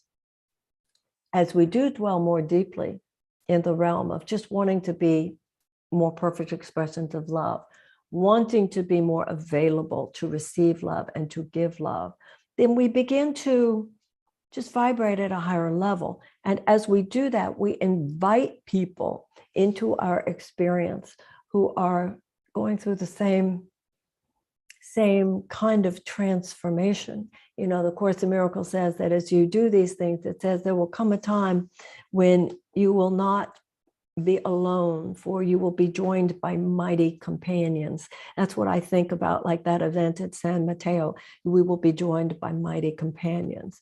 We will be joined by people who are like us, opening ourselves to a new kind of life. And as we do that, the Course in Miracles says you will have a light in your eye. And those who have the same light in your eye will recognize that light in yours. And those who don't have that light in their eyes will look at you and wonder where you got yours. So that's what's going on. At the same time that a sort of material structure is just discombobulating, these two worlds, these two realms are existing simultaneously. On one hand, it's as though the fall of Rome and one world just seems to be falling apart in front of us. And at the same time, a new world is struggling to be born. And each of us has a part to play that is unique. The universe in that sense is a perfect ecosystem. Each and every one of us has a unique part to play. Nobody can play the part that you can play. Nobody can play the part that I can play. And the Course in Miracles tells us that each of us is given direction by the voice for God for the part that we can best play, where God would have us go, what God would have us do in order to be of greatest use at this time. And the Spirit of God is going to tell you what to do. God's not going to tell me what you're supposed to do. The Spirit of God's going to tell me what to do. The Spirit of God's not going to tell you what I'm supposed to do. We have a full-time career just monitoring our own process. How did I do today? Where was I showing up and where was I not showing up? And it's amazing because you begin to realize with every passing hour, just encounters, sometimes casual encounters, sometimes big encounters. Where did you play it from the weakness that might have become a habit pattern? And where did you reach for something bigger? Where did you stand in the possibility that you could be a more powerful person, a more loving person, a more compassionate person, a more understanding person? And in that field of collective love, with enough of us trying in our own lives to the best of our ability to show up at a higher level, we are co-creating with people all over the world a new possibility for the planet. We were born for such times as these. They're difficult times. A real adult right now is looking very soberly at what's happening on the planet. But God knows that it's a difficult time and God has sent help. God has sent you. So it's not like, oh, God sent somebody. God's already sent somebody. He sent each and every one of us. And when we take seriously the notion that we were born for such times as these, then we realize that As the Course in Miracles says, the people who've achieved the most on the planet have achieved a fraction of what each and every one of us is capable of. We're like those little chickens just being born, but that birth is just the beginning. We are just beginning. And once again, the people who have achieved the most have achieved a fraction of what each of us is capable of. What any of us have achieved in our lives is a fraction of what we're capable of achieving. So this is time to salute one another. This is the time to really be there for one another, to help each other actualize our dreams. This is not a time to neglect one another. It's not a time to abandon one another. It is a time to try deeply to understand one another, to really remember that it's hard for everybody right now. Everybody is in this struggle right now, trying to give birth to something better, someone better than we have been before. And if each of us will just step it up just a little, step it up just a little. That's what I tell myself sometimes, just step it up a little today, Marianne. Lean in, just try to be a little better. And you start to feel like process and progress is being made. And I see it on the planet. We all can see evidence of some things that are going very, very wrong on this earth. But we can also see evidence of things that are going very, very good. New things are being born. New possibilities are emerging. And to the extent to which we try to stand on higher possibility in our own lives, we will find ourselves experiencing the thrill of co-creation, doing the same thing with our brothers and sisters. So I'm looking forward to being with everybody in San Mateo. Looking forward to the opportunity to be in a room full of people who I know, like myself, are leaning in to the higher possibilities for our lives, and knowing that we are part of a global movement by which humanity itself is being reborn. So I'll see you on May 7th. I'm so looking forward to it. Thank you for the opportunity to speak to you tonight. And I so look forward to the opportunity to be with all of you in San Mateo. Marianne, I want to just briefly really remind people about how they can study Course in Miracles with you. You first kind of turned us on to it about a year ago, and I joined. And she's got a wonderful program called Mornings with Marianne. And of course, you've heard her reference Course in Miracles several times tonight. And this is a wonderful course. Now, some of us, I took the Course in Miracles with you back in West LA about 25 years ago, Marianne. Wow. So we probably even, yeah. We go back a ways. But, you know, whether you've taken it before or it's brand new, it is a wonderful course. And I just noticed today your Facebook post about how you woke up in the morning and you were feeling funky and you hadn't done your own Course in Miracles work. And then you realize, oh, yeah, I didn't do Course in Miracles this morning, and you went back and you did it. Here's someone who's been teaching it for a long time. And even yourself going back and doing it again. And so it's so important every day for us to have some sort of a practice. And your practice of Mornings with Marianne is wonderful. So, well, thank you. You know, it's like what you were talking, like we were talking about earlier, just knowing the principles, you know, oh, she's written books about the principles. Knowing the principles really is just the beginning of it. You know, spiritual practice is like physical exercise. You never get to stop. You never get to like look in the mirror and say, oh, I like the way my hips look, so I don't have to do exercise anymore. You know, if you stop doing it, the muscles get flabby. Well, our attitudinal muscles get flabby too. So you never get to stop. You never graduate. And the other thing is, you might have noticed with the article that I wrote this morning, it wasn't just that I hadn't done the Course in Miracles yet. It's that I turned on my phone. Right. And I think really facing this addictive quality of social media and how it's affecting us. And I saw it really dramatically this morning because anyway, I wrote about that. That's on my Instagram. It's on my Facebook, but also on my Substack. And people can go to Marianne Williamson.substack.com for the articles that I write about stuff like that. Beautiful. Well, thank you, Marianne, for being with us. I'm going to bring Kenny on so he can thank you a little bit. Thank you. Karina and I are very proud to present Marianne again at the New Living Expo. Yes, it's been a 2-year hiatus, and you stuck with us all these 2 years. Can you extend? Can you extend? Yes, yes. Oh my God, thank you so much. Thank We are so you. grateful for you. And I look forward to seeing you, everybody, 4 o'clock Saturday, May 8th. May 7th. Oh, it's May 8th? I thought May it, is it 7th. May May 7th? 7th. Oh, no. Don't mess that up. Yeah. After all we've been through, I come on the wrong day. Yeah, right. Yeah, no, we can't do that. No, we wouldn't do that. So May 7th at 4 o'clock for 2 hours, and then she'll follow it with a book signing. So thank you for that. And we will be seeing you live and in person in just 1 week from today, almost about the same time or a little bit earlier. Excellent. So thank you again. Thank you. I so look forward to it. Thank you so much. Okay. Thanks again, Marianne. Thank you. Well, we still have a lot of wonderful show ahead of us. We've got Laura Eisenhower, who's going to be with us. We've got coming back Celestine Star. We've got Mystical Joyride and Deva Seva going to be playing again. And I'm going to actually do most of my Global Peace Tribe announcements at the end of the show, since I want to get to our presenters, and we are running a little bit late. But I do want to remind you of 2 things right off the bat. One is tomorrow. We continue, every weekend we take a topic and we spend the whole weekend. Last weekend it was all about the how to work with making every day Earth Day. This weekend, of course, it's all about the New Living Expo. And tomorrow we've got another group of amazing presenters. We've got John Gray is going to be joining us. And John hasn't been on Awakening World yet. He was on Saturday Night Live quite frequently. So we're looking forward to seeing him again. Also, Lisa Barnett, Suzanne Ross, Maureen will be visiting with Kenny and myself. So don't miss that.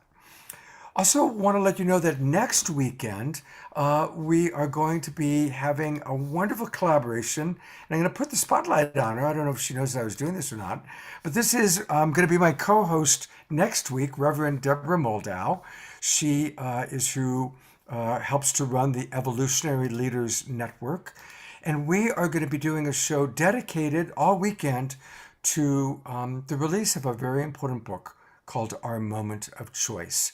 It's an anthology with 40 different presenters. Just like Kenny has all these great speakers, Deborah has all these wonderful authors who are going to be with us, who have written chapters of the book. Reverend Michael Beckwith, Deepak Chopra, a really extraordinary group of people. So next weekend, it's you, Deborah, in the co-host chair. And anything you want to share about the weekend?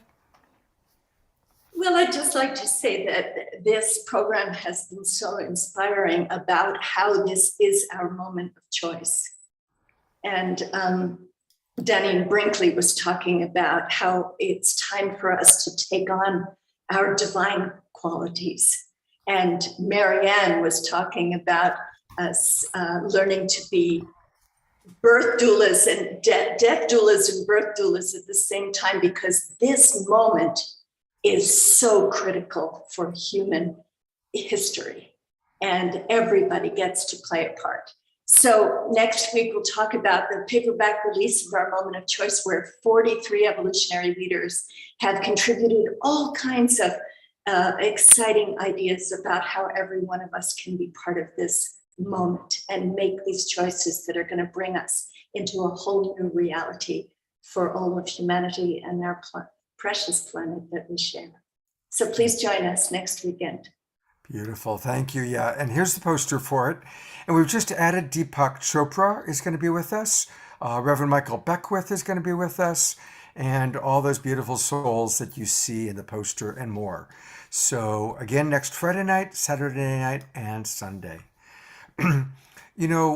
Whether it's Kenny doing it live at the New Living Expo, whether it's Deborah and the wonderful work she does with the Evolutionary Leaders Network, it's all about creating community. And I'm really excited about our collaboration with a wonderful new partner who is going to be with us. And where did she go? I'm looking for Tangela to turn on her camera. Tangela Islam is a wonderful new friend who we're working with, and she has created Soul Search. And I'm going to play a little video that will introduce you to what she's doing, and then we're going to meet Tangela. During these extraordinary times, are you seeking friends and collaborators, like-minded, brilliant, beautiful souls who want to be a part of creating the new earth? Here is the answer. Welcome to Soul Search. Soul Search is the high-frequency global online destination for spirituality and consciousness, where people from around the globe like you come together for spiritual exploration. This is a multi-dimensional community for spiritual seekers, healers, teachers, and guides for the global awakening. With Soul Search, the spiritual seeker can easily search for and connect with healing modalities, spiritual teachings, practices, and practitioners. You can explore high vibrational online and in-person spiritual events across the globe. Within the Soul Search community, you can join groups or take courses for your spiritual journey. With Soul Search, you are part of an inclusive, growing global community for consciousness. For spiritually conscious practitioners, Soul Search connects you to a global audience seeking your services. Build your credibility with a robust profile that demonstrates your expertise and experience. Post client reviews, articles, videos, photos, and audio. You can create secure and private online communities for your groups and clients. Be a part of an awakening community for spirituality where you can collaborate and connect with practitioners and seekers. As our gift to the Global Peace Tribe, we have created a group in the Soul Search community where Global Peace Tribe members can connect, share, and create together for the global consciousness awakening. Whether you are a spiritual seeker, healer, or just curious, join soulsearch.io today. Don't miss out on this opportunity to be part of our high vibrational community for the global awakening. We're excited to be connecting with your soul and radiant light.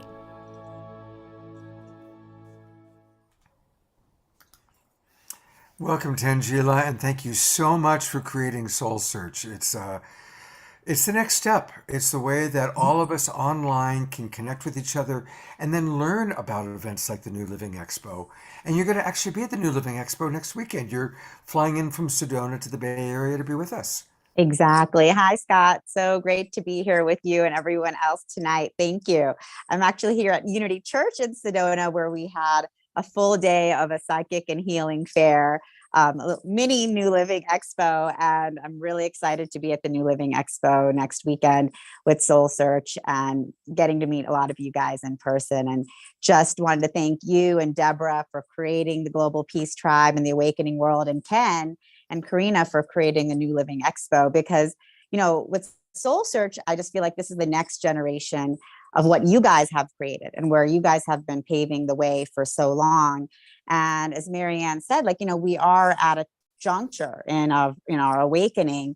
And this is a time where people are really looking to come together from all over the world to really connect with themselves, to release old programs and paradigms so that we can really connect with who we truly are and bring in this new earth together. And, you know, Soul Search is for all of us who, you know, have been on the spiritual path in this journey together, all of us, you know, in the Global Peace Tribe, but also for all of the newcomers, everyone who's just now looking around and saying, wait a minute, this doesn't make sense. You know, I feel so constricted.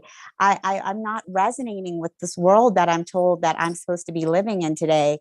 And where can I go to start looking and feeling differently? And with Soul Search, you know, we really wanted to create a platform where people could start connecting with different healers, to start, you know, looking at, okay, where can I start releasing some of these old programs, and where can I start connecting with myself, and then also connecting to a new community, so much bigger than, you know, than what we know in our, you know, in our just everyday lives. So yeah, so I'm super excited that, you know, you guys are a part of Soul Search and that we're working together to do this work, because we're all here for the ascension and the global awakening together.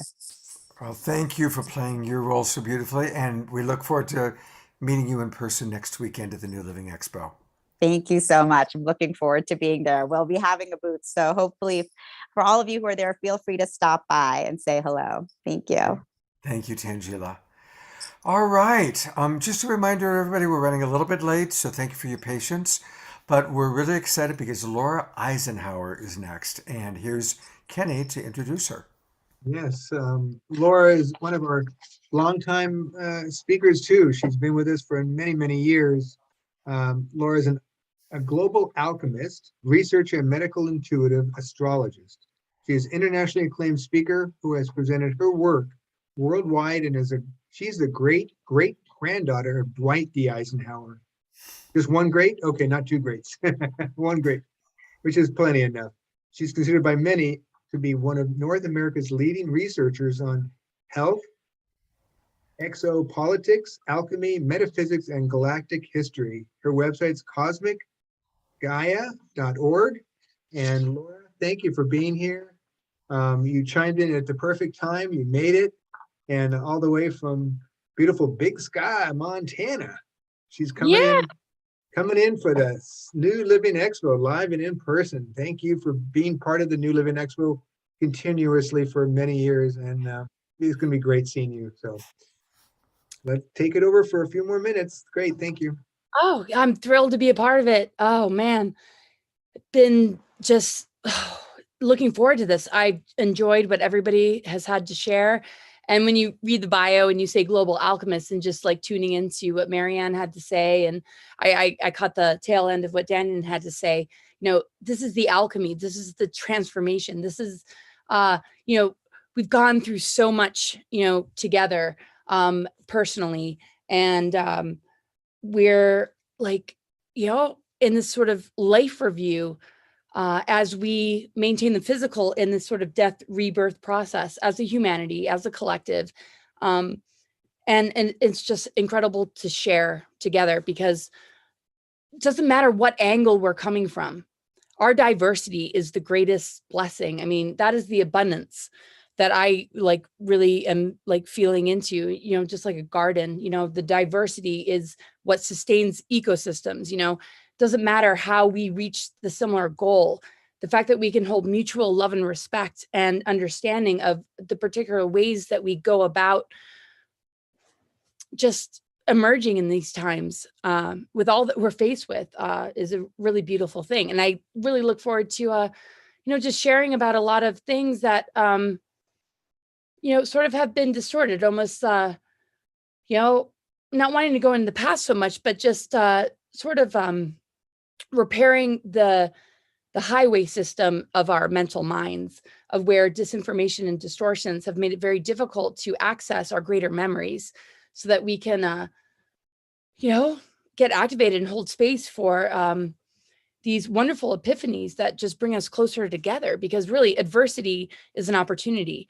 In the face of adversity and challenge, we have one of two choices. Are we going to get closer to ourselves? Are we going to get to know ourselves more? Are we going to have more solid connections and relationships? Are we going to bond in the face of these challenges? Or are we going to, go into a place of victimization or conflict and divide and conquer and judgment, or, all the different things that can make it, chaotic and painful and difficult.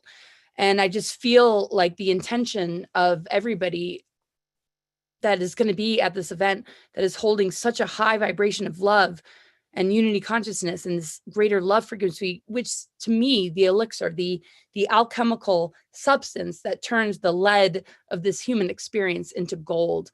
And I really feel it's going to ignite something huge for the collective consciousness. And it's going to be a great family reunion of, so many, friends that, it's been a while since we've seen each other in person. And, telling stories and sharing information and, finding that space with each other to, really learn and grow from one another and truly blossom, because this is what this is what we signed up for. This is what we know it's all about. And I just feel the strength in this gathering, and just being here with all of us in person together is going to unveil, the masterpiece of that intention and the beauty of the butterfly and the phoenix rising. And so, yeah, I'll go into a lot of the different alignments that really support this, what's happening on a cosmic and earthly level, and how all the things that, break us down and make us feel like, it's really tough to navigate, what the sources of that is. But understanding the power of the mind and our perception, and how we can participate in healing it and healing, history, just like we have to go into our own self when we heal from any trauma or disease or affliction that we've gone through in our own personal lives. We all have so many unique ways to address this beautiful process of growth, so that the most painful and difficult things, begin to turn into jewels of wisdom. The treasure troves that exist within our soul can be unveiled, so that we recognize the abundance and the richness of spirit, that has many different ways of expressing itself. But it can only really blossom with the acknowledgement of just like how much we love one another, ourselves, and the world, future generations, our children, this planet, the cosmos, and everything under the sun, from the beginning of time, to really nurture this unbelievable human experience. Spirits having a human experience. We are going to blast out what this experience has been all about, and really share with each other the beauty of it all. And really, I feel the energetic of war is going to be transformed into something unbelievable. Duality is going to begin to integrate. Polarity is going to integrate, and miracles and magic are going to emerge. And there's so much art, and there's so many things, and there's so much that all of us have written or expressed throughout our lives and in many lives. I really feel the gardens blossoming right now, and I'm just very honored and grateful to be in company with just so many of you that I love and respect. Laura, one of the things that we've asked all of our guests to do tonight is to provide one simple tool for transformation. And of course, we're going to hear from Celestine and Lori Grace in a minute.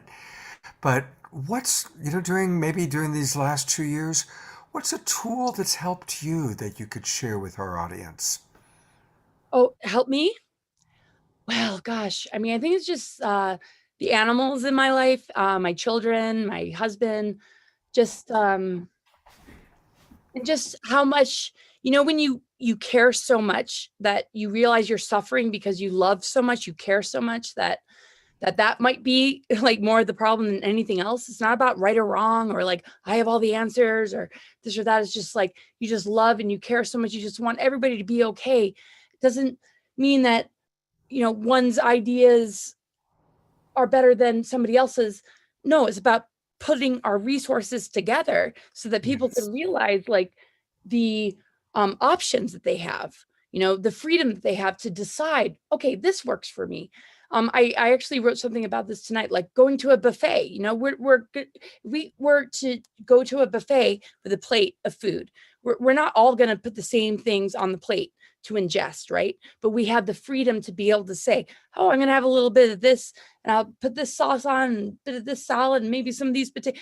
It's just like the freedom to just say, it's all out on the table. What do you want to put on your plate? What do you want to ingest? And maybe, something didn't really like feel good that you ingested. Okay, so, we're holding space and we're appreciating, just learning that discernment and helping each other to be sovereign while unifying at the same time. And so I think for me, just like the animals, like I'm a mother of 3 baby goats, and it's just been the hugest thing, having my children living here on this land with me. And when the mother goat died and I was all of a sudden a mother to 3 little babies, just being able to interact in that way with the North Node Capricorn, right? Goat. I was just like really tapping into the medicine, and nature has always been, medicine, and just, really paying attention to what's showing up in your life. What is the medicine that's showing up in your life? Instead of like, being like, oh yeah, I can't, it's like too much, it's like feeling into it all and just being like, the medicine surrounds us. The voices of our own healing and transformation is just with us all the time. And we constantly create, the antidote in the face of every adversity and challenge and pain that we are up against. And these beautiful miracles just show up. And so a lot of the interesting things that have manifested for me in the last 2 years have been without, just, because I've been working, just over there, like, trying to finish my book, and I've got 3 books coming out. It's just like, just making sure, like, okay, we're going to have these animals, we're going to do this and that. Then all of a sudden, like, when you're really in it, you're like, wow, here is that moment of this medicine and this miracle and this antidote to maybe a place in me that has been hurting, or a part of me that needs to awaken, or not awaken necessarily, but like just really just create a relationship with that kind of help me to move to the next phase of all of this, right? We die so many times in this lifetime and still maintain the physical body. We are constantly shedding layers and things that don't serve us, but that's compost, and compost, is filled with nutrients that enable the new growth to be that much more strong and that much more, it's like, we are becoming the tree of life. We are restoring our divine template of tree of life, where we're anchored and grounded with Mother Earth, but we are expanded into the creative imagination with spirit. And that circulation of energy is allowing us all to be these major conduits of this great ascension, where, when anything tries to get in the way of it, we just are gardeners. We weed. We have to just pull the weeds and just do the energy maintenance every day. And just remember that we're gardeners of our own soul growth and ability to manifest, the most beautiful and abundant garden. Don't be scared of, the little critters and the weeds, just make it a daily practice and just get so in tune with it that you're in that flow. And there's, and at this, one last thing, just being a spiritual athlete, when that obstacle comes, when that challenge comes, that gatekeeper or that frequency fence that you want to get over so that you can upgrade that DNA, you face it as a spiritual warrior and athlete, and you get stronger in the face of it instead of victimized, instead of, in that lower level mindset that we're stepping away from. We are about to really embrace the divine inheritance that we were born with and celebrate it fully and completely. And I'm celebrating it right now with all of you, and we're totally going to yes together. So. Beautiful. Thank you so much, Laura. As a Capricorn, I appreciate your love of goats. And Sally just wrote, I could easily wake up with this daily mantra, I am a gardener of my own soul. And yes, we do need to be gardeners of the earth, gardeners of our own soul. We want you to definitely meet her next weekend at the New Living Expo, but we have people watching from all over the world. So for those of you who can't be at the expo next weekend, you can find out all things Laura Eisenhower by going to her website, which is cosmicgaia.org. I love that. That's a great name. cosmicgaia.org. So thank you, Laura, so much for being with us tonight. And just a reminder that we are running a little bit late. Hang in there, everybody. We still have Lori Grace coming. We have Sean J. doing magic. We've got more performances from Mystical Joyride and Deva Seva. But right now, I get to introduce one of my favorite people on the planet. There have been quite a few of us that have known each other a long time. And Kenny and Danyan and I all go back. And likewise, Celestine Star. In the beginning, there was Celestine, and it was good. Celestine has been doing the work and the service for so long.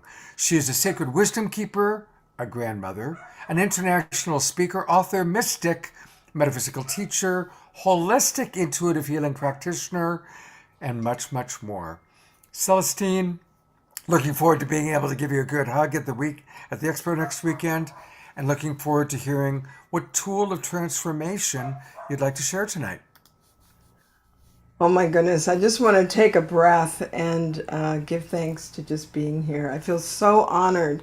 And thank you, Scott, for that wonderful introduction. And I want to give just kudos and bows to Kenny and Karina. Love you. Mwah.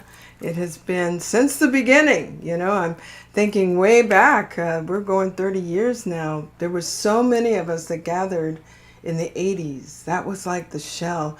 I was coming out of the cities. I was administrator for the San Francisco Arts Festival. That's how I cut my teeth on events. And we did these huge week-long events in San Francisco. And so it was in my blood, you know. And later I went up into the hills, up into Middletown. And that's where I met everyone. It was like a nucleus of everyone coming to this one point. It was hundreds of us, right? And each one of us, we know each other for all this time. We're spread across the world, but each one of you, each one of us, that gathering, harmonic conversion, 2000, what was it, 19, what was it, 19, tell me, Scott, 1990, what was it, 1987, that's what it was, August 17th, 1987. And that was kind of the beginning for me to recognize, because I was an optician, I was doing quantum science, lasers in the eyes, but when I met with this beautiful community, the richness of life opened up. And Kenny, you've been holding that space for all of us. When you started the Whole Life Expo and going into the New Life Expo, you continue to give us a place to come to and look in each other's eyes. And it was like, are you still alive? Are we alive? We're still standing. What's going on? But this group of beings who, and I want to praise all of us, there were many of us who gave small gatherings. I had the interdimensional light services, and I did science and astronomy and astrology up in the high mountains. And but you stepped out into the big world and allowed thousands of people to come and speak. And I'm so honored to be a speaker, key speaker this year, and also many years before. So I just want to say thank you to you both for that.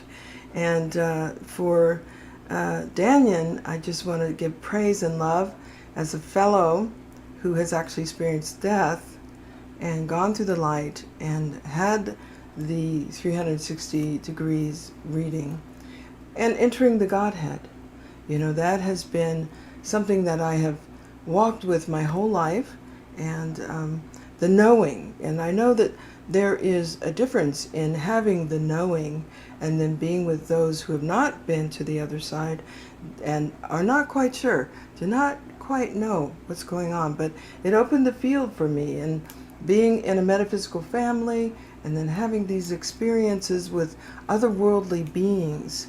My name, Celestine, it speaks into the celestial, and I am one of the keepers of the great wisdoms and working with the interstellar people. So I can tell you that, yes, humanity's future is so bright. Let me get my sunglasses. You know, we are doing it slowly. We are coming out of a darkened space, you know, the valley of the shadows. But this is good for us because we're having to look at who we are as a species. You know, we're being guided gently into the reintegration of humanity with the whole of the cosmos. When this next level that we're moving towards as a unified humanitarian species, we will be with the whole of creation. And I could tell you that I've been spending time, I've been across the river, I've seen the beautiful interdimensional places, the city of light, the halls of Amente. They call them septicles, but you know, they are there, and they hold great wisdom and love. And as they tell me, when you look at the beach, if you saw a pure white beach and you saw a few little speckles of dark, that would be the proportion of the reverse consciousness that you would find in the whole of creation. I have been in the deepest woods, and I can tell you, walking in and being among the great illuminated interstellar ultra-terrestrials, I have such deep respect, you know, working with those beings who, such as Magdalene Yeshua, my sister Isis, who is Mother Mary. There are a few, and think about this, there are a few of these very amazing stellar beings who have been given permission to interface with humanity. And so we're getting to a place where the energies of the planet have risen. And Daniel, you spoke about, December 24th, 12/12, 2012.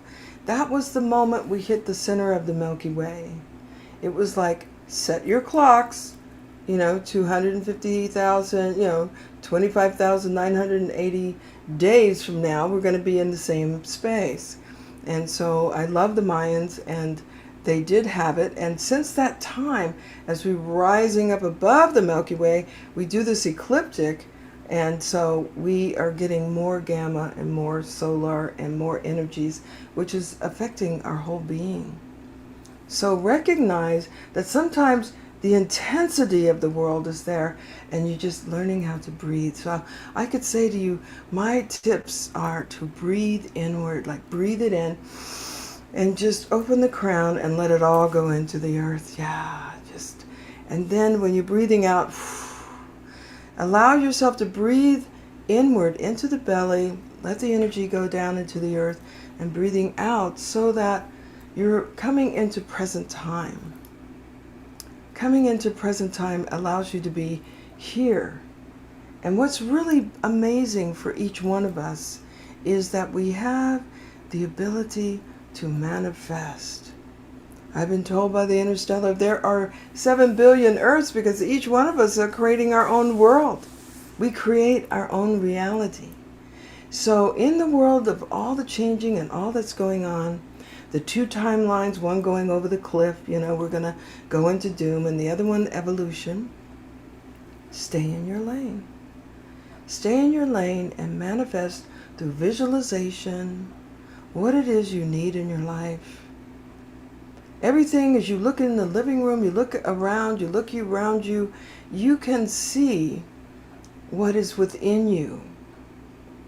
So having been an intuitive therapeutic practitioner and worked in deep trauma for over 40 years, coming from my own life trauma, healing my own self, being present and seeing the process, the proper processing, shining and polishing my mirrors, letting go of the fear, letting go of the past, and just recognizing that the empowerment is to say, why am I creating that?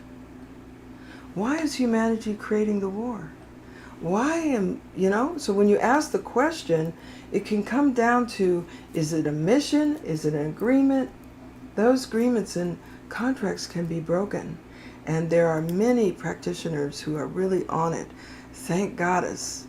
From that time in the 80s, many spiritual practitioners came forward, and they are here now to help people, help you go through the process of allowing yourself to let go. It's time. Because beyond that letting go, you see what you have mastered. Most that I've worked with, they've mastered the lower nature of humanity. Whether it is abuse, neglect, whatever it may be.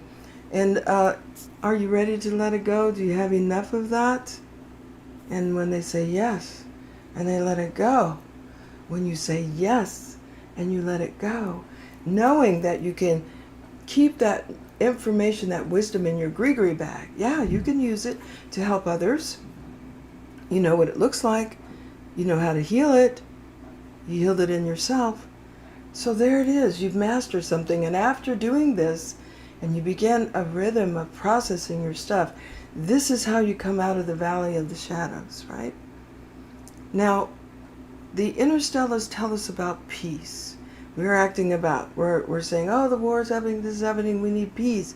But their peace is coming from a place of love. They don't come from a place of we're suffering and we got to get somewhere. This is going to happen. They said peace is woven into the fabric of creation. And the threads of love, truth, harmony, balance compassion and joy are woven into the fabric of what you breathe in every day. As Daniel said, take a breath. The breath of life. You have the will. That is yours. Now I'm going to say, in that instance, your name, your vibration, who you are, you were birthed into creation. That vibration of who you are is indestructible. It cannot be broken. You have a purpose and a function, which is an expression of creation. We could read the story of your life and we would know what God or what the source, the cosmic has gone through. We are all expressions. And so they say we are human seed consciousness because we are awakening to our own divinity, awakening to our God self. And so humanity is awakening, and I'm so grateful. They say until every child has food, until every person is cared for, has a place of shelter, we are still kind of in the barbaric baby stage. We have a chasm that we have to cross. We have to get across there. And it is through evolution of consciousness, which is why I am here. My purpose is to assist in the elevation of consciousness and keep the way sacred. It's very simple. Ceremony and keeping the path clear. So I want to offer the know thyself. And I want to say that for those of you who would like to know why you came to Earth and the first time you came to Earth, then you can get in touch with me, and Scott will put it up on the thing, have a galactic origin, because what we're doing here is connecting people to their divinity. That is my tool of transformation. I'm so grateful to be here, because not only do you go to a place where you will learn about where you were when you first came, you'll know who you are, your contracts, agreements, and then we go back to where you came from. So thank you, Scott. I love you. And also, Daniel, I want to thank you being the brother of the doula of death. I serve as that as well. And you know it, Scott. We've done some work together in that. That's right. So I just want to thank everyone, because you are the awakened hope for humanity. And that's what you're going to see at New Living Expo. The people there are the awakened hope for humanity. They're welcoming you in, and just let your heart be guided. All of the booths, we have a booth. I'm just excited. So thank you, Scott. I love you. Love you too, Celestine, and I can't wait to get you a big soul sister hug Oh, I at the can't New wait. Living Expo. Yes. And again, you know, Celestine is an amazing guide and coach to work with. She's brilliant. And go to her website, which is galacticearthcouncil.com. galacticearthcouncil.com. I see that you've got something fun coming up with a lot of our friends, Anastara, Maya Monasteros. Unity, unify. And I think if you go to your website that you can find out more about how to schedule an appointment with you and all that. Galactic activations. Yeah, there it is. Right. So go to Galactic Activations and get activated. Get Celestined. That's right. Yeah. Love you so much, soul sister. Oh, love you too. And we love Kenny. And we love Kenny. Where is Kenny? There he is. I'm gonna bring our brother back on. There he is. I didn't go anywhere. From the beginning, my love. From the beginning to the Yeah, I end. like to bring my favorite people on the Zoom, because a lot of people have been asking me, is this thing on virtual? Can I watch it on Zoom? They're so used to being Zoom. Watch it on Zoom. And yes, I would love to say yes, but I unfortunately have to come live to get that hug. But at least I give them this weekend to experience something, a taste of the expo. Oh, it's going to be, everyone's so excited because we do get to see each other. And I want to thank you for hanging in there, because you did hang in there through the 2 years. So. Ups and downs and ups and downs with the roller coaster. Yeah. And all those people. In you. Everybody is believing in you and lifting you up, and we're going to get so much from it. So sign up now. So many people stayed the course with Marianne and Michael and so many other pop speakers. They all said, we'll stay with you. Every 6 months I had to postpone it. They all said, yeah, all carry over. And so, it's really We're easy. It's time, Hey, we still have a lot coming up, Kenny. We've got Elizabeth Wilcox Seraphina coming up. We've got Lori Grace coming. We've got Sean J. Magic still. But I think it's time for some music. And so I'm going to go back to our friends, Mystical Joyride. Hey, you two, have you enjoyed the show? Yes. Beautiful. Love Been y'all. amazing. Speaking of beautiful, you two look fantastic. What you got for us? We're just going to start by taking a couple of deep breaths together, talking about breath, right? So let's take a deep breath in and out. In, out.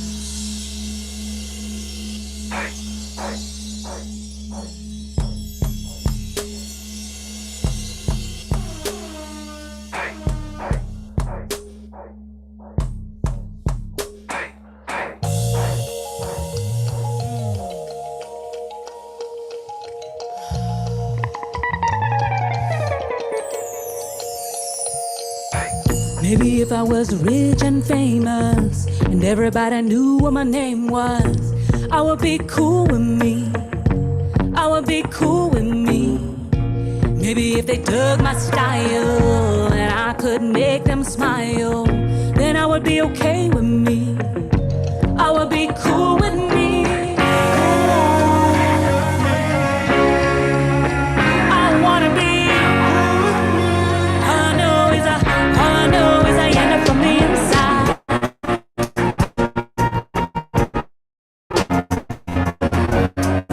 End up from the inside. All I know is I end up from the inside. To find the peace, to find the peace of mind. To find the peace, I end up from the inside.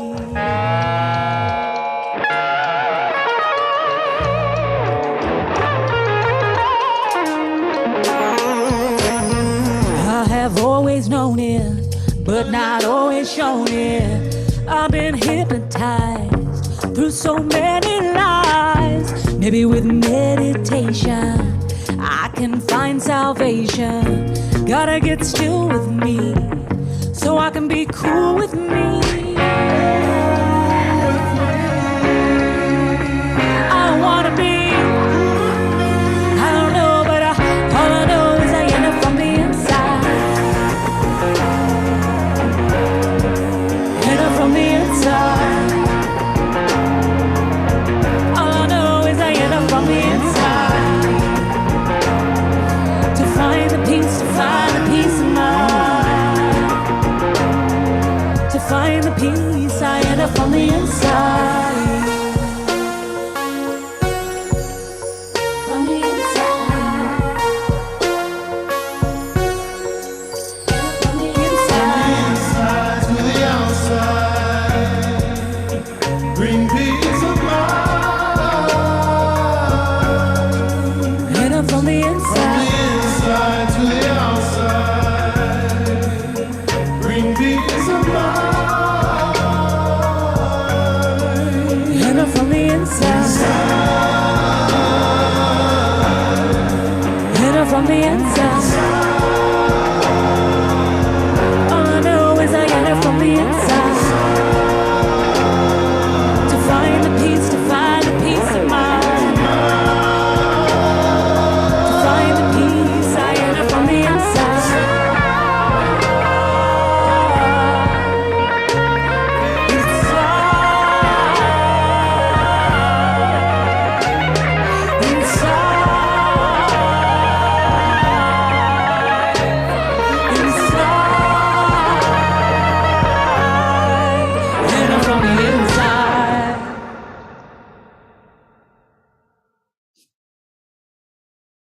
Oh, you guys, I love you so much. You guys are fantastic. Just you. fantastic. Thank you so much. Right back at you.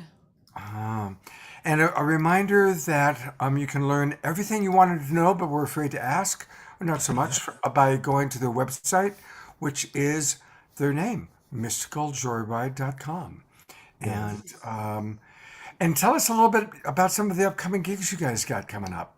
So yeah, we got Soul Play, we got Lightning in a Bottle, we've got an art show type gig here in LA. I don't remember the date of that, but May 13th. May 13th, yes. So you can also find all the info on Instagram to Mystical Joyride on Instagram. So follow us there if you can, please, and also so we can connect with you and get you Your good vibes. Yeah.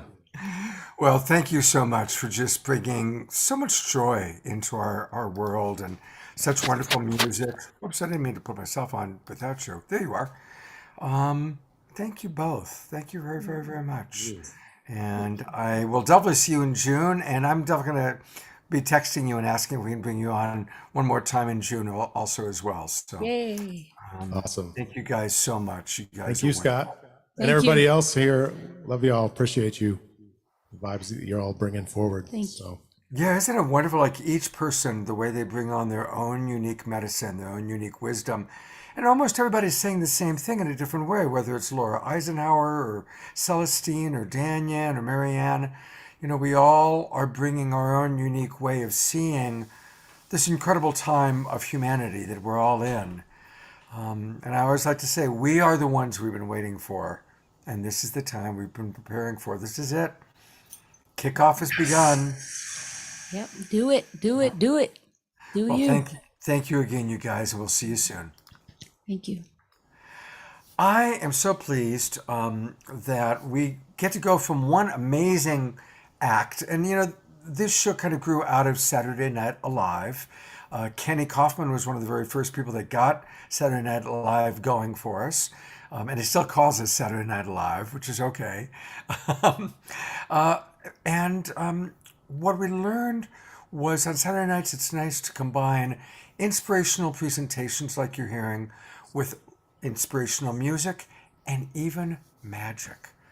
And so we hadn't had magicians on for a while because the shows that we've been doing have been a little bit more serious, a little bit more dramatic, if you will. Last weekend it was all about Earth Day, but I thought, for this show we got to bring back magic, and our absolute favorite magician is Sean J.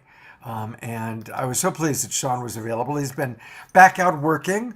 So, I've asked him a few times. He said, "Hey, Scott, I got gigs again. I can go out into the world." But he had a gig earlier tonight, and he was able to do that and then come be with us.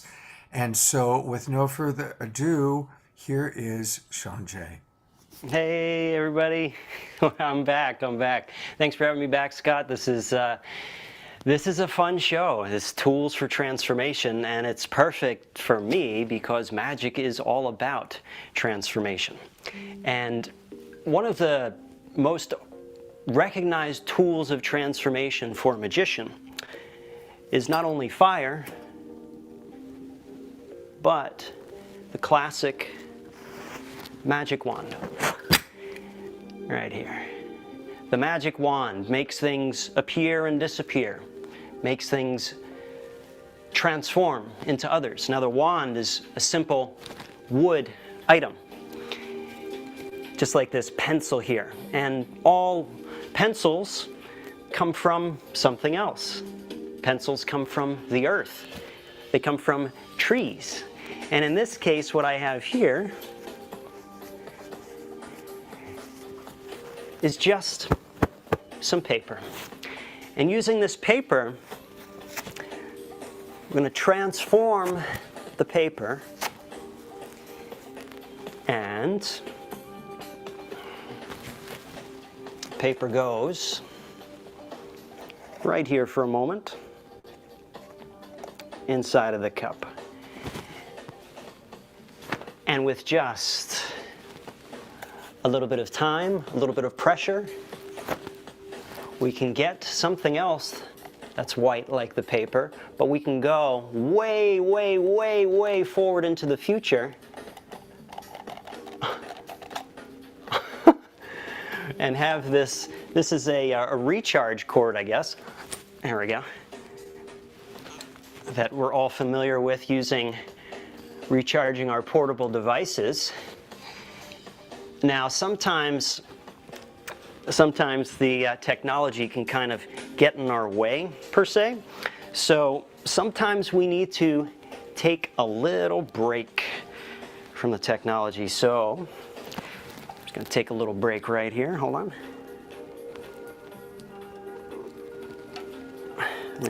There we go. Can you see that?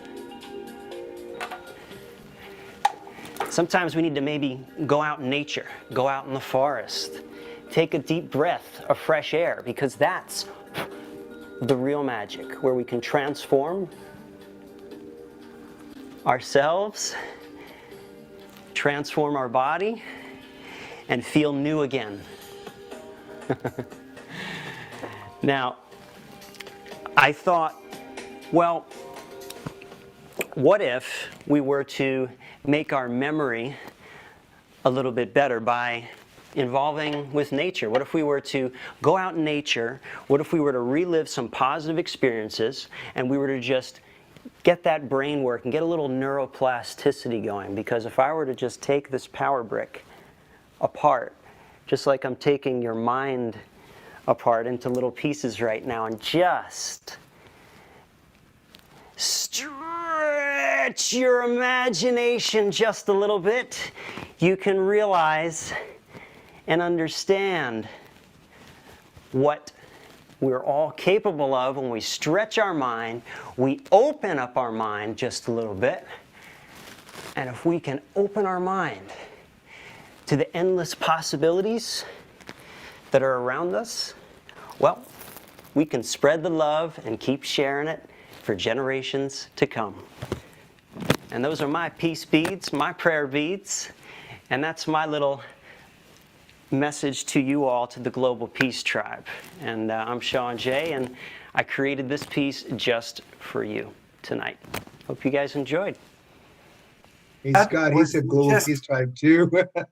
I mean, isn't that just everybody? I don't know, but I turned into a 10-year-old boy watching Sean. You know, it's just amazing. I went to gallery view so you can see people twinkling. Yeah, I like it. I like it. I'm glad you guys are enjoying it. See, because what I do is not just tricks. I always tell people this. I'm actually in the stress relief business, because magic is a performance art, just like the wonderful like mystical Joyride. They're in the stress relief business too. They're not just playing songs, they're helping people to relax, to take a deep breath, to forget their troubles. That's what I do. I just have a different vehicle for doing that, and it's visual and it's fun, and I get a chance to spread a lovely message along the way. Well, I'm sure that everybody now, if you haven't already, go grab your cell phone, go to the camera function, and go right there towards that QR code, and boom, you're going to be able to easily sign up for Sean Jay's newsletter, where you can keep up. And you've got a lot going on. You've got more gigs happening now. You've got TV show appearances. What are some things you got going on? Yeah, so for those of you on the West Coast, I don't know if it's aired yet, but no, it has not aired yet. So at from 9 to 10 p.m. West Coast time, there's going to be another 2 back-to-back episodes of Masters of Illusion on the CW network. I'm one of the cast members. They've had me back for the 3rd season in a row. So in the 9:30 to 10 p.m. episode tonight, you will see a little glimpse of Sean Jay on the show. And also next Saturday, May 7th, I will be back on Masters of Illusion during the 9 p.m. episode. And for those of you who are in Bakersfield or close to Bakersfield, California, I will actually be performing out there, one night only, at the Gaslight Melodrama Theater in Bakersfield, California, May 9th. May 9th. And if you would like to learn more about that, just go to celebritiesofmagic.com. Celebritiesofmagic.com. And also, all my newsletter subscribers, if you've signed up, you'll be notified about that as well. So yeah, I make it out to the West Coast from And you time also to have time. your website, SeanJMagic.com. Yes, sir. There it is. So there's another SeanJMagic.com. place. So, look, how did you do that? How does he do all those things? I'm just really good, Scott. What can I say? You're really good. Well, I always like the line you said before. You've been single for a long time. So, and one of the things that I just want to say, and then we'll let Sean go. He rehearses hours and hours and hours and hours to put together what we just saw. Like what we just saw was 5 minutes of incredible mouth-dropping stuff. But I want to acknowledge and appreciate all the hours you put in to delight us. Thank you, Sean. Thank you, Scott. Thank you, everyone. Y'all keep spreading the peace and the good vibes. All right. Thank you, Sean. Ken, can you get Sean next year for the expo? Can we do that? I'll get him anytime I can get them, man. He is fantastic. I haven't seen magic like that ever. So, I know some good magicians, but you rocked it, man. I mean, we're thinking about how the hell did he do that? I know. Thank you. I try to make it different. Watch the replay. Watch the replay 10,000 times, and then maybe you'll get a glimpse of just the many hours, more than 10,000 hours. But it's not like, so I look at this not as just me doing tricks. Like this is a great program because I get a chance to say some meaningful things and create some meaningful pieces. And it's not all about just card tricks. So I thought, what can I bring different, that's really just different but visual that nobody's seen before. So hopefully I've done that, and I'd love to do that at the New Living Expo for you guys as well. Humor is our best stress reliever for sure. Thank you. Sean, thank you so much, and look Thanks, forward Scott. to the next time we connect with you. God bless you. Thank you so much. All right. Have a great night, guys. Hey, one of the things that is going to be at the expo is there's always UFO stuff.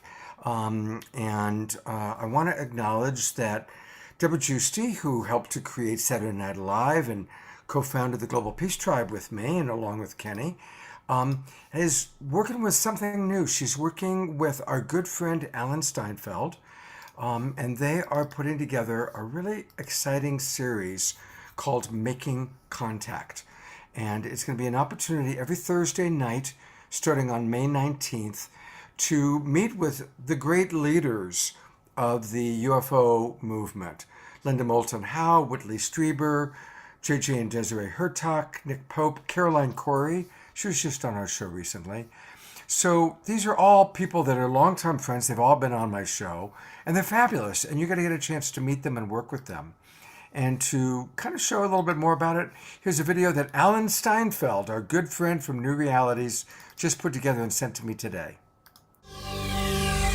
From deep, deep in outer space, to planet Earth, to the red rocks of Sedona, to our online community here, comes a time, a message, a special series on making contact. There is no better time for making contact.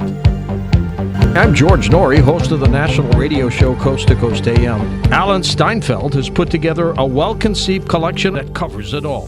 Thanks, George, for that introduction. This is Alan Steinfeld, the editor and author of Making Contact, which is a collection of writings of the best and brightest people in the field of ufology. I'm putting together a special series of some of these fantastic contributors to my book.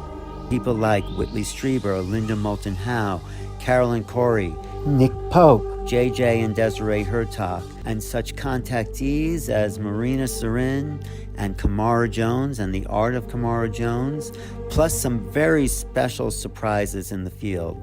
Please join me for this fantastic series of dialogues as I dive deeper into anything I've done before. For more information and for a complete description of the 5-week course, go to makingcontactseries.com. George, any final comments? The contributions of all these people help to give insight into the multifaceted intentions of the phenomena. This is most needed at this time because Making Contact presents the opportunity for us to prepare to meet advanced civilizations. Someday, somehow in the future, the conflicts that have plagued our species for eons will come to an end. And by making contact, we will take our rightful place among the stars. The Making Contact series is presented by Alan Steinfeld and New Realities, Deborah Giusti and the Global Peace Tribe, in association with Neil Gar, portal to ascension. Join us for this online series, Making Contact, the new realities of disclosure and cosmic awakening, taking place on Thursdays beginning May 19th from 5 to 7 p.m. Pacific Time. The first session is free. To find out more and to sign up, go to makingcontactseries.com. See you there.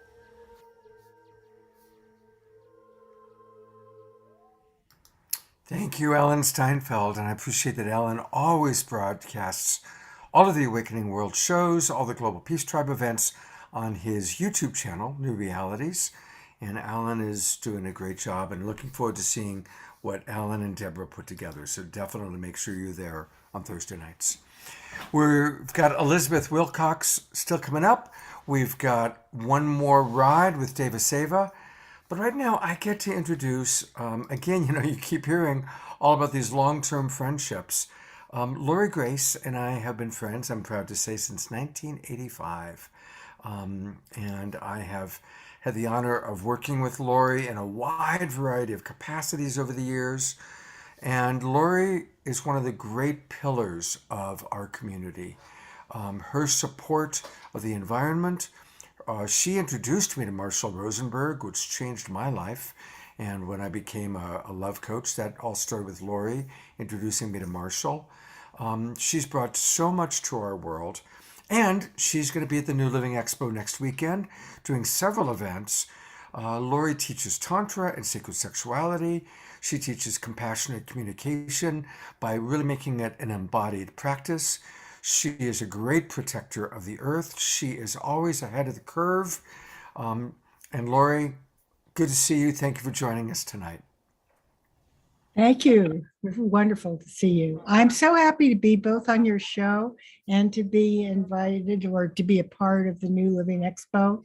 And I'm so glad that I'm going back to things that I've done for 20, 25, 30 years.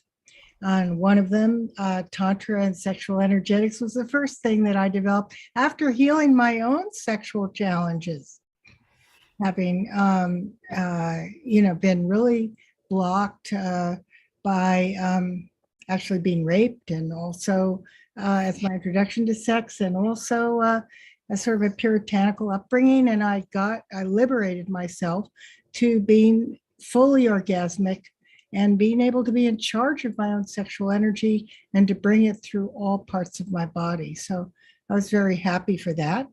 And then the compassionate communication work, which I've done since 1999, and both as student and teacher, has totally changed my life in terms of being able to express myself empathically and to get my needs met without judgment or criticism, and to be able to reach empathically into the needs of others and to create win-wins through empathy.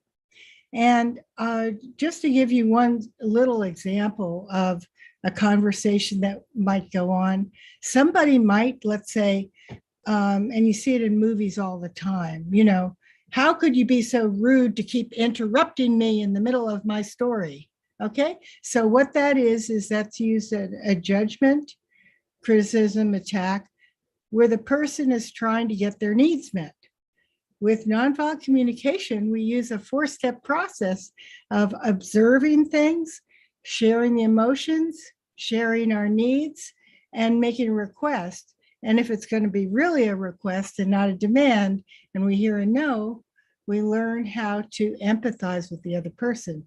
So just to give you an example of how to translate what I just showed you, I would say, when I hear you talking in the middle of my talking, I feel really frustrated because I'm really wanting some respect and some caring for my story. And would you be willing to hold off on your story before I finish mine? So that would be an easier way that somebody could hear something, and possibly my needs could be met. But if I heard a no, then I would say, what are you needing that's making you say no to my request? Are you needing some space and time? Are you needing some chance to chill out? Are you needing to really share your story first, because it so occupies your mind that you can't hear mine at this time? So these are the kind of empathic inquiries that help people come to a place of connection, and not to have so much, to be able to come through empathy to a place where people can work together. Now, I placed my face behind a picture of part of my place in Maui at Haleakua Garden Farm. And that's another thing we're going to be sharing at the New Living Expo. And there are going to be 2 teachers, or actually 4 teachers presenting after the expo on wonderful retreats they're holding at my place. My place, which overlooks a 150-foot waterfall with rainbows, and there's no drought there. There's no smoky air, nothing. It's just beautiful and really supports healing in a very deep way. So anyway, that's why I chose that. So anyway, I'm also going back, and I'm so happy to be doing everything in person and really focusing on small groups so I can give people in-depth feedback, whether it's Tantra, whether it's sexual energetics, whether it's compassionate communication, which I now call embodied compassionate communication, because I've integrated Aikido, Gestalt awareness work, breath work into being able to enhance our ability to communicate and hear somebody, and to also do it subtly so it doesn't look like we're doing some technique. Okay, so I'm so happy to get back into in-person sharing, because I didn't really like doing it on Zoom, because I really wanted to reach in deep to other people. And so I'm doing that both in the Bay Area and also in Maui, Hawaii. So anyway, these are just a few of the things. And at the expo, we do have a booth there, in fact, 2 booths, and we're going to be giving people opportunities to have discounted trips to my place in Maui, free classes at my place in Corte Madera at Sunrise Center, where we're holding programs. And it's really going to be exciting to see everybody there. So anyway, that's some of what I wanted to share. Lori, thank you so much. And one of the things that Lori mentioned that I really want to emphasize is she is a wonderful teacher. And you can now go see her. The masks are down, and you can go to the Sunrise Center, which is in Corte Madera, California, just over the Golden Gate Bridge from San Francisco. And Lori does a lot of wonderful programs at Sunrise Center. And for those of you in Maui, or who are looking to go to Maui, she has retreats that take place there, and some of which that she's looking to organize. So go to sunrisecenter.org to learn about the classes that Lori's teaching, or if you're looking to lead a class, it's a great space. I've taught classes there. It's a wonderful space right off Highway 101. It's 2 minutes from the freeway in Corte Madera. And Lori is a wonderful teacher. And she really brings all these different skills, her understanding of Tantra, sacred sexuality, embodied body work, compassionate communication. She weaves it all together to help us really enjoy life to the fullest. And I'm going to bring on our mutual buddy, Kenny, because I'm sure Kenny wants to say hello and share a little bit about what you're going to be doing at the expo. What Lori's going to be doing at the expo, you mean? Yeah. What She's dates, times? She's got a lecture on Saturday at I think it's 4 o'clock or 5 o'clock. I wrote it down. I don't have it in front of me. And then on Sunday she's got a double header. She's got a lecture like at 5 o'clock and then a workshop at 6 o'clock. So that's going to be great. You got to sort of stay in the whole room for her. And Many of your speakers, if you go to the New Living Expo, you'll see the speaker schedule and you'll see what's happening. And Scott brought it up before. And remember, you get that 22% discount if you buy tickets this weekend only. Take advantage of that. I saw a couple people chime in for that, so thank you. And it's just my way of giving back to the, I don't want to say Saturday Night Live. To the Global Peace Tribe. Yeah, right. And again, here's Awakening World, yes. Go to the newlivingexpo.com, pull up, take a look at their incredible schedules. This is the schedule for Saturday, and it's really remarkable. So, Lori, I look forward to seeing you next weekend at the Expo, and thank you for being part of our Awakening World tonight. Thank you so much. Yeah, my pleasure. I am so grateful for all of the presenters, and Elizabeth Wilcock, she's awesome. She came on and was on our early show and started the show, and she is going to be wrapping up. So thank you, Elizabeth, for your wisdom and also your patience and being such an incredibly beautiful part of tonight's show. And your wisdom and your ability to express what's going on is very much what we need at this time. And Ken, is there anything you'd like to add in your personal experience? Yeah, I'll just add that she'll be doing her workshop at noon on Sunday, an hour and a half workshop. And she's also part of the Ascension panel that Deborah is hosting at 4 o'clock that day. So you get a sort of a little doubleheader with Elizabeth Wilcox Seraphine. She spent her lifetime training with masters and grandmasters of the sacred paths of power.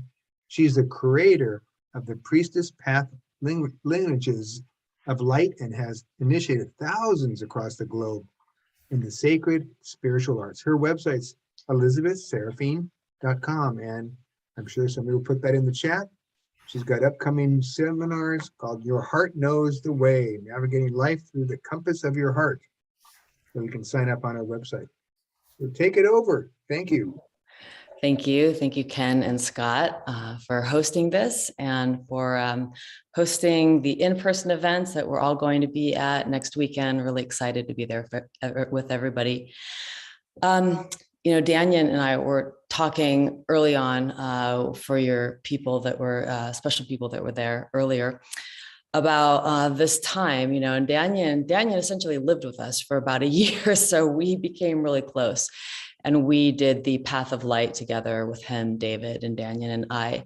So Daniel is a real treasure. And as he was speaking of, a warrior who is making a stand.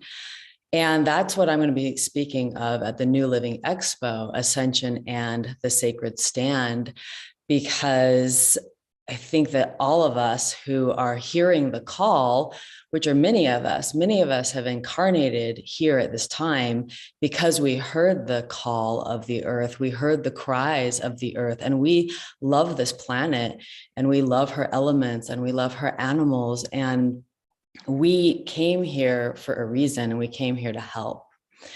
And so there is a homing beacon inside each and every one of us that is going off, that's either saying that you're on track or you're off track. So I just recently changed my name to Elizabeth Seraphine. So those of you that may have known me as Elizabeth Wilcock, it is changing. And that's in honor of the angels. And so my little tidbit that I'd like to leave here with everybody is follow your heart. I only have a few minutes, I know. And it was really following my heart that not only saved me, but that changed the course of my life forever. Because by the time I was 17, I was severely bulimic and I had been hospitalized, and I had gotten out of the hospital and I got worse because Western medicine had given me everything it had, and it couldn't touch where that disease was, which was my soul.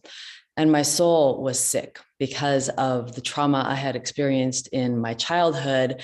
And then being on a planet where the default reality was so unfulfilling that I felt homesick. And I yearned for a temple when I was around 14 and a half, I wanted to go to a temple and be initiated by wise women who understood the wisdom of the female body, the wisdom of the divine, and there were no temples. And I yearned for a wise woman who could come and teach me, and there was no wise woman. And so my soul was devastated, like being on a planet where there was like no spirituality that I could access easily. And I went further into the darkness. And it wasn't until I finally went off to college and I got introduced to shamanism, and I began studying shamanism at the age of 18 formally. And I started using those tools. And one evening, I was gifted a miraculous healing by the spirits after sincerely working with the shamanic tools. And it was in that moment that I committed myself to the paths of power, or what I call the lineages of light. And I started studying shamanism full time. So I sat my mom down one day and I said, Mom, I have to follow my heart, and it might not look like you wanted it to look, because of course my mother and my dad wanted me to be a normal person and finish college and get a real job and get married and have kids and all this stuff. And I knew that wasn't my path. And my soul was already sick from, one, not following my heart, and two, like not being able to follow my heart because the systems weren't in place for me to do so. And so essentially what I did was I went on a quest for the last 35 years. I went on a quest to find the lineages, the ancient lineages that housed the wisdom that came from the divine. And I apprenticed some of those lineages, literally apprenticed, like blanketing formal ceremonies to, masters, Nagwal elders, and have been in those lineages for, up to the martial art lineage now is the longest formal one I'm contiguously in. And it's been about 30 years now.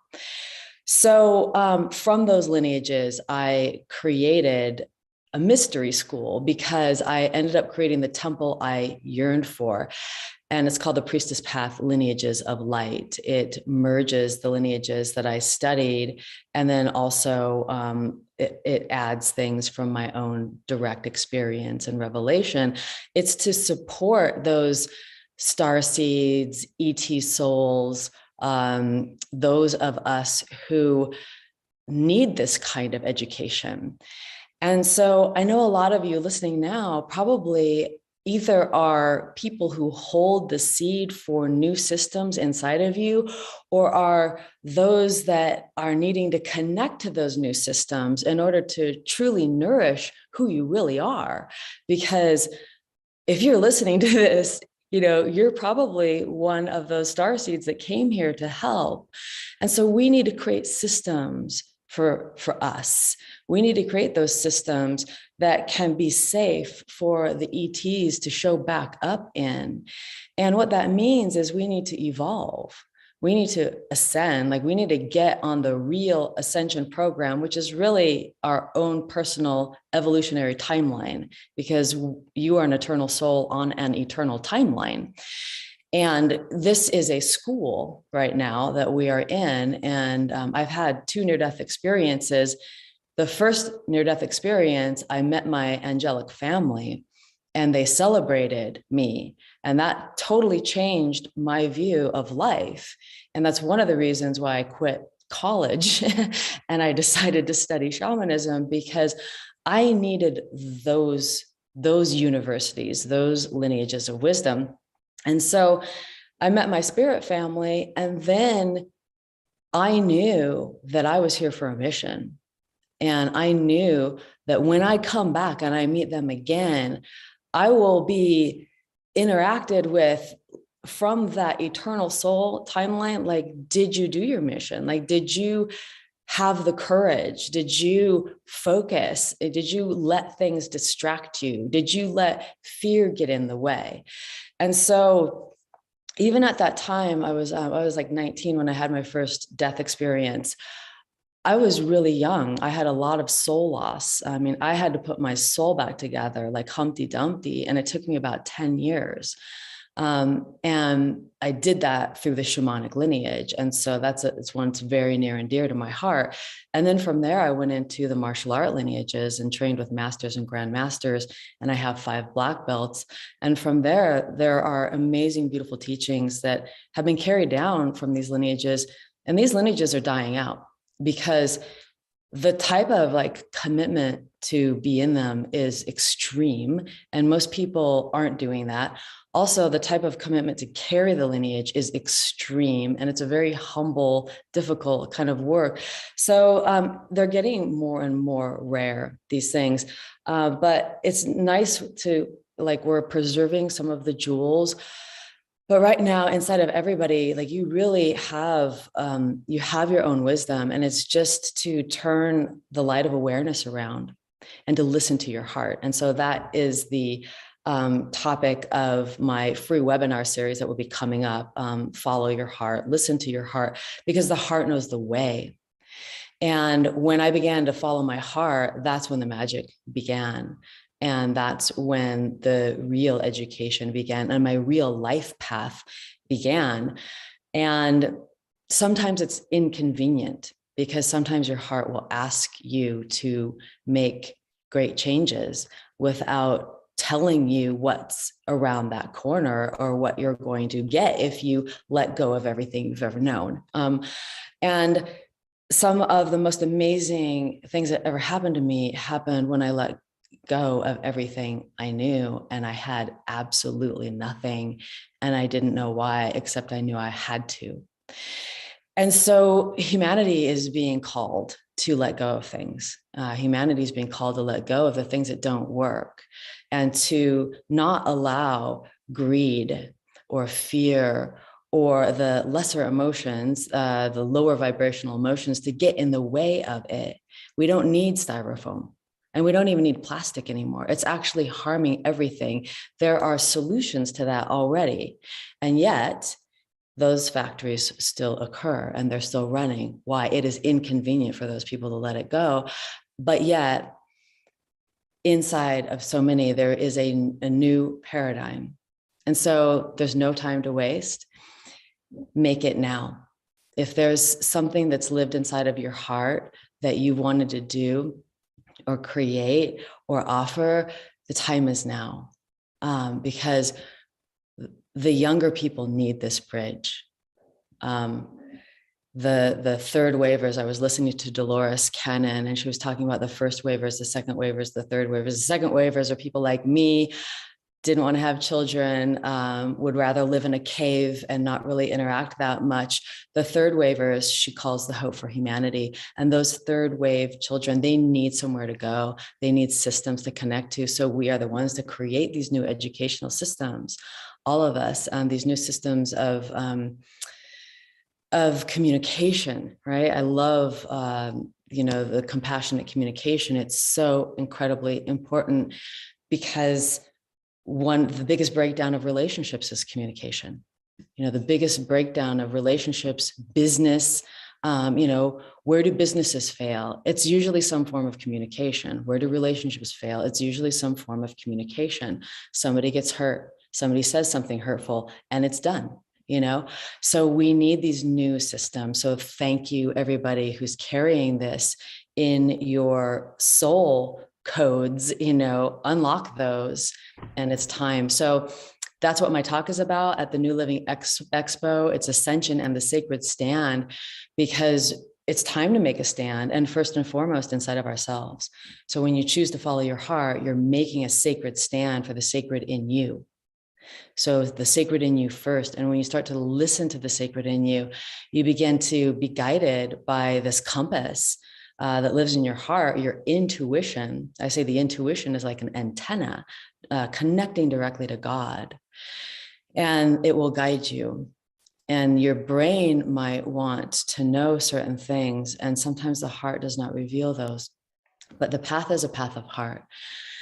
And so I know a lot of you won't be able to be there in person with us, but if you can, it would be so wonderful to see you in person in California. Many of you are here online, and thank you again, Scott, for holding this and for your commitment. You know, Scott and Ken, you're clearly so committed to holding spaces, you know, safe and sacred spaces for people to gather, you know, and I really appreciate that. And I appreciate you having me on here, and appreciate you having me at the New Living Expo. Elizabeth, it's been great having you here. And so many people are writing in the chat box about how you're really speaking to them. And of course, we want to see you next weekend. But for those who can't, or even those who can, I want to direct people to your website. It's her name, Elizabeth Seraphine, SERAPHINE.com. And definitely, I encourage you to do what I'm doing right now. I'm going to join your circle of sisters, even though It's really for everybody. But I was given direct, you know, a direct thing from the goddess a while ago to help with the sacred feminine. Yeah, no, and it's really important. Thank you so much for your presence in the world, for the wonderful ways you've contributed tonight, the wisdom you've shared, and look forward to seeing you next weekend. Yes, good. Thank you. Ken? Yeah, no, I agree. Just can't wait to see her too. We want to give hugs as much as we can. Yeah. All All right. right. All right, we are in the home stretch, and we are going to have a final song from Deva Seva. But, you know, before we do that, two quick things. I want to remind people again, we continue with more amazing people tomorrow morning.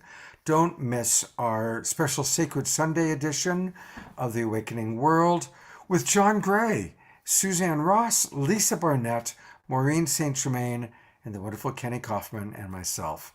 We're going to have a dynamic conversation. And you know, on Sundays, it's a Zoom meeting format. So that means that you can come on into the Zoom room, and if you want to even turn on your camera, we're going to converse, we're going to ask questions. It's a little bit more informal and a chance to interact with these amazing presenters, all of whom are going to be at the New Living Expo. But you can also connect with them tomorrow online on Zoom. And then finally, I want to remind everybody that Teresa Collins is a wonderful collaborator. We work with her every 3 months. She created the Global Coherence Pulse. So those of you that have been watching Saturday Night Live and now The Awakening World, you've seen a lot of the shows where she's come on and brought on a lot of her amazing presenters like Greg Braden. She has put together a very unique and special opportunity for us all to drop in even deeper with each other. And here's a little video to tell you about it.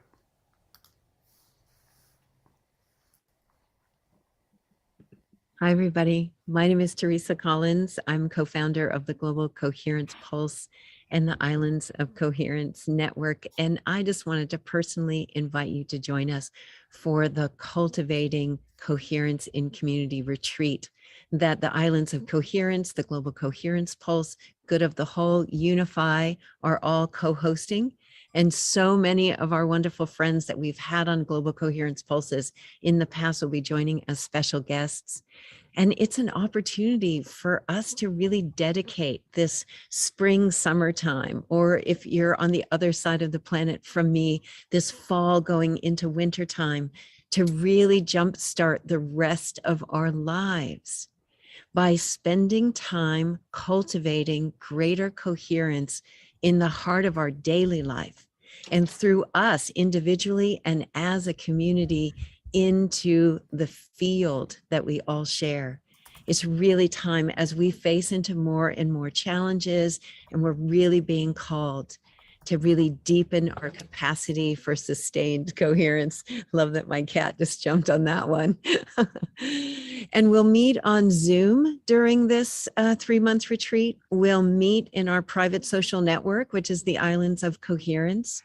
We'll meet in our hearts, and we'll meet in the field that we all share together.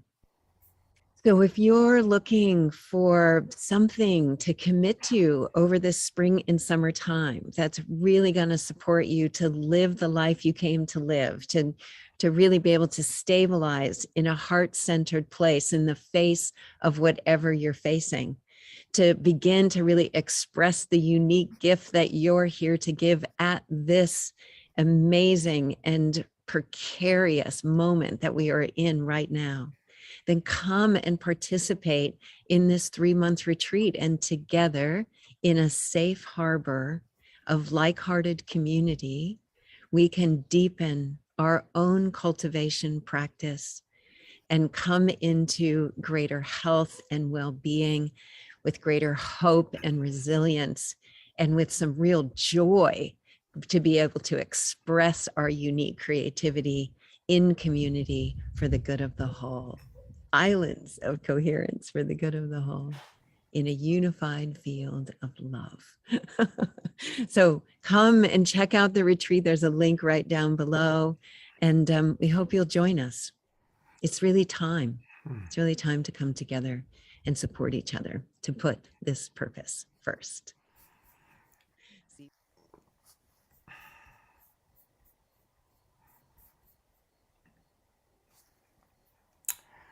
There you have it. So definitely look forward to seeing all of you. There are so many wonderful offerings, and we're going to continue to find that balance of live events like Kenny's got next weekend. We are looking at putting together global Peace Tribe retreats, looking at doing one in the Bay Area, looking at doing one in Maui. We're definitely going to do one in Sedona, Arizona, and possibly Asheville, North Carolina. So we're going to be coming together, but it's all about next weekend. And so before we close out with Deva Seva, I'm going to bring Kenny on one more time. Anything, Kenny, you want to add about next week? Let's see. So much. Yeah, I know. I saw that. Wow, there's so much to say. There's just, it's finally happening. I finally feel like it's really going to happen this time. And it's every time I get close to this, in the last 3 times over the last 2 years, I'm like, shit, I think it's going to happen. I print up stuff and I just, nope, got to throw it away again, recycle it. So yeah, it's happening. And I guess you're going to be there, right, Scott? Is that what you're saying? It sounds I'm going like to do my very best. Absolutely. Absolutely. I'll make sure I'm I take good. I'm moving that week, but I'm going to come on down for at least You and Renee and Anthony are moving. Oh, that's pretty Oh, good. yeah? Yeah, they're moving the same time. So yeah, it's going to be a great weekend. Lots of people, lots of good energy, and the timing couldn't be better. Celebrate mothers with Mother Day. Why not? Spend Sunday with mothers. All right. Well, here it is one last time. If you just go to newlivingexpo.com, newlivingexpo.com, use the promo code that we've been putting into the Zoom room and into the Facebook page. And congratulations. It was a great show. So many beautiful speakers, so much wisdom. Really appreciated Elizabeth and Danyan and Marianne, Lori, Celestine, Laura Eisenhower, everybody who presented. Mystical Joyride and Sean J, lightening our spirits. And now we get to close out with music, going back to Deva Seva. He'll be at the show too, playing. That's right. Hey, you guys, you're on. All right. Music on Sunday.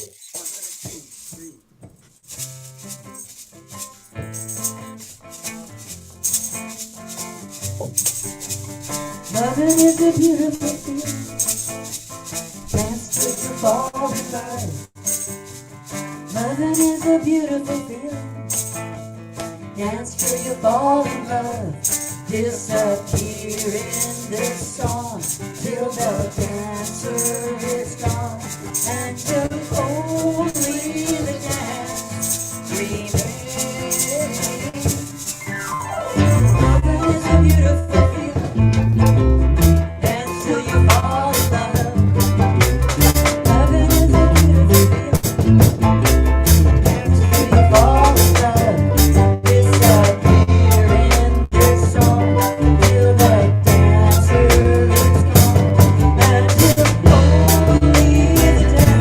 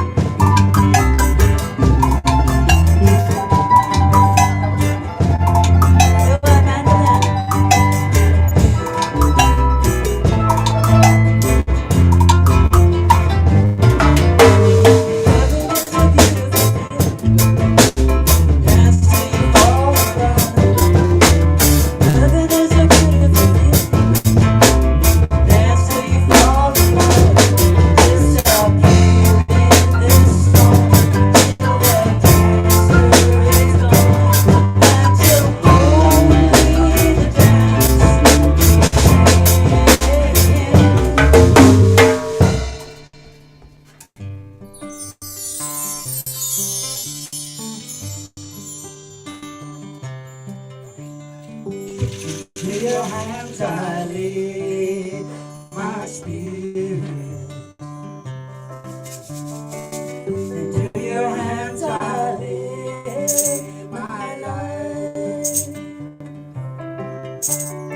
Into your hands I lay my spirit. Into your hands I lay my life. We are dancing at the feet of creation. We are dancing underneath the one's sky. We are dancing at the feet of creation. We are dancing underneath the one's sky. To your hands I lay my spirit. Into your hands I lay my life. Into your hands I lay my spirit. Into your hands I lay my life.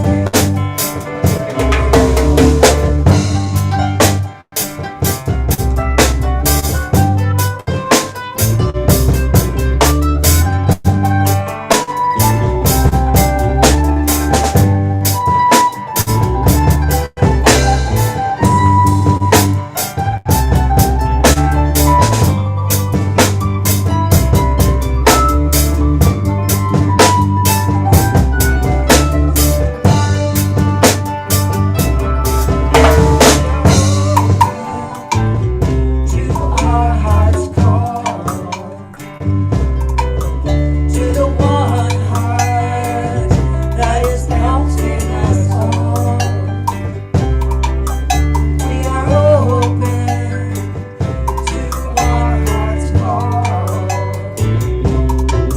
to the one heart that is dancing us all. To your hands I lay my spirit.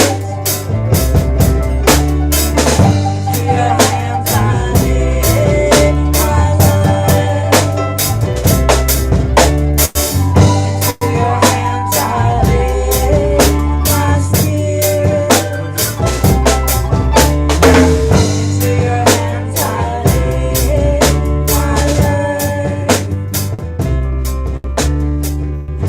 To your hands I lay my spirit. Into your hands I lay my life. Into your hands I lay my spirit. Into your hands I lay my life.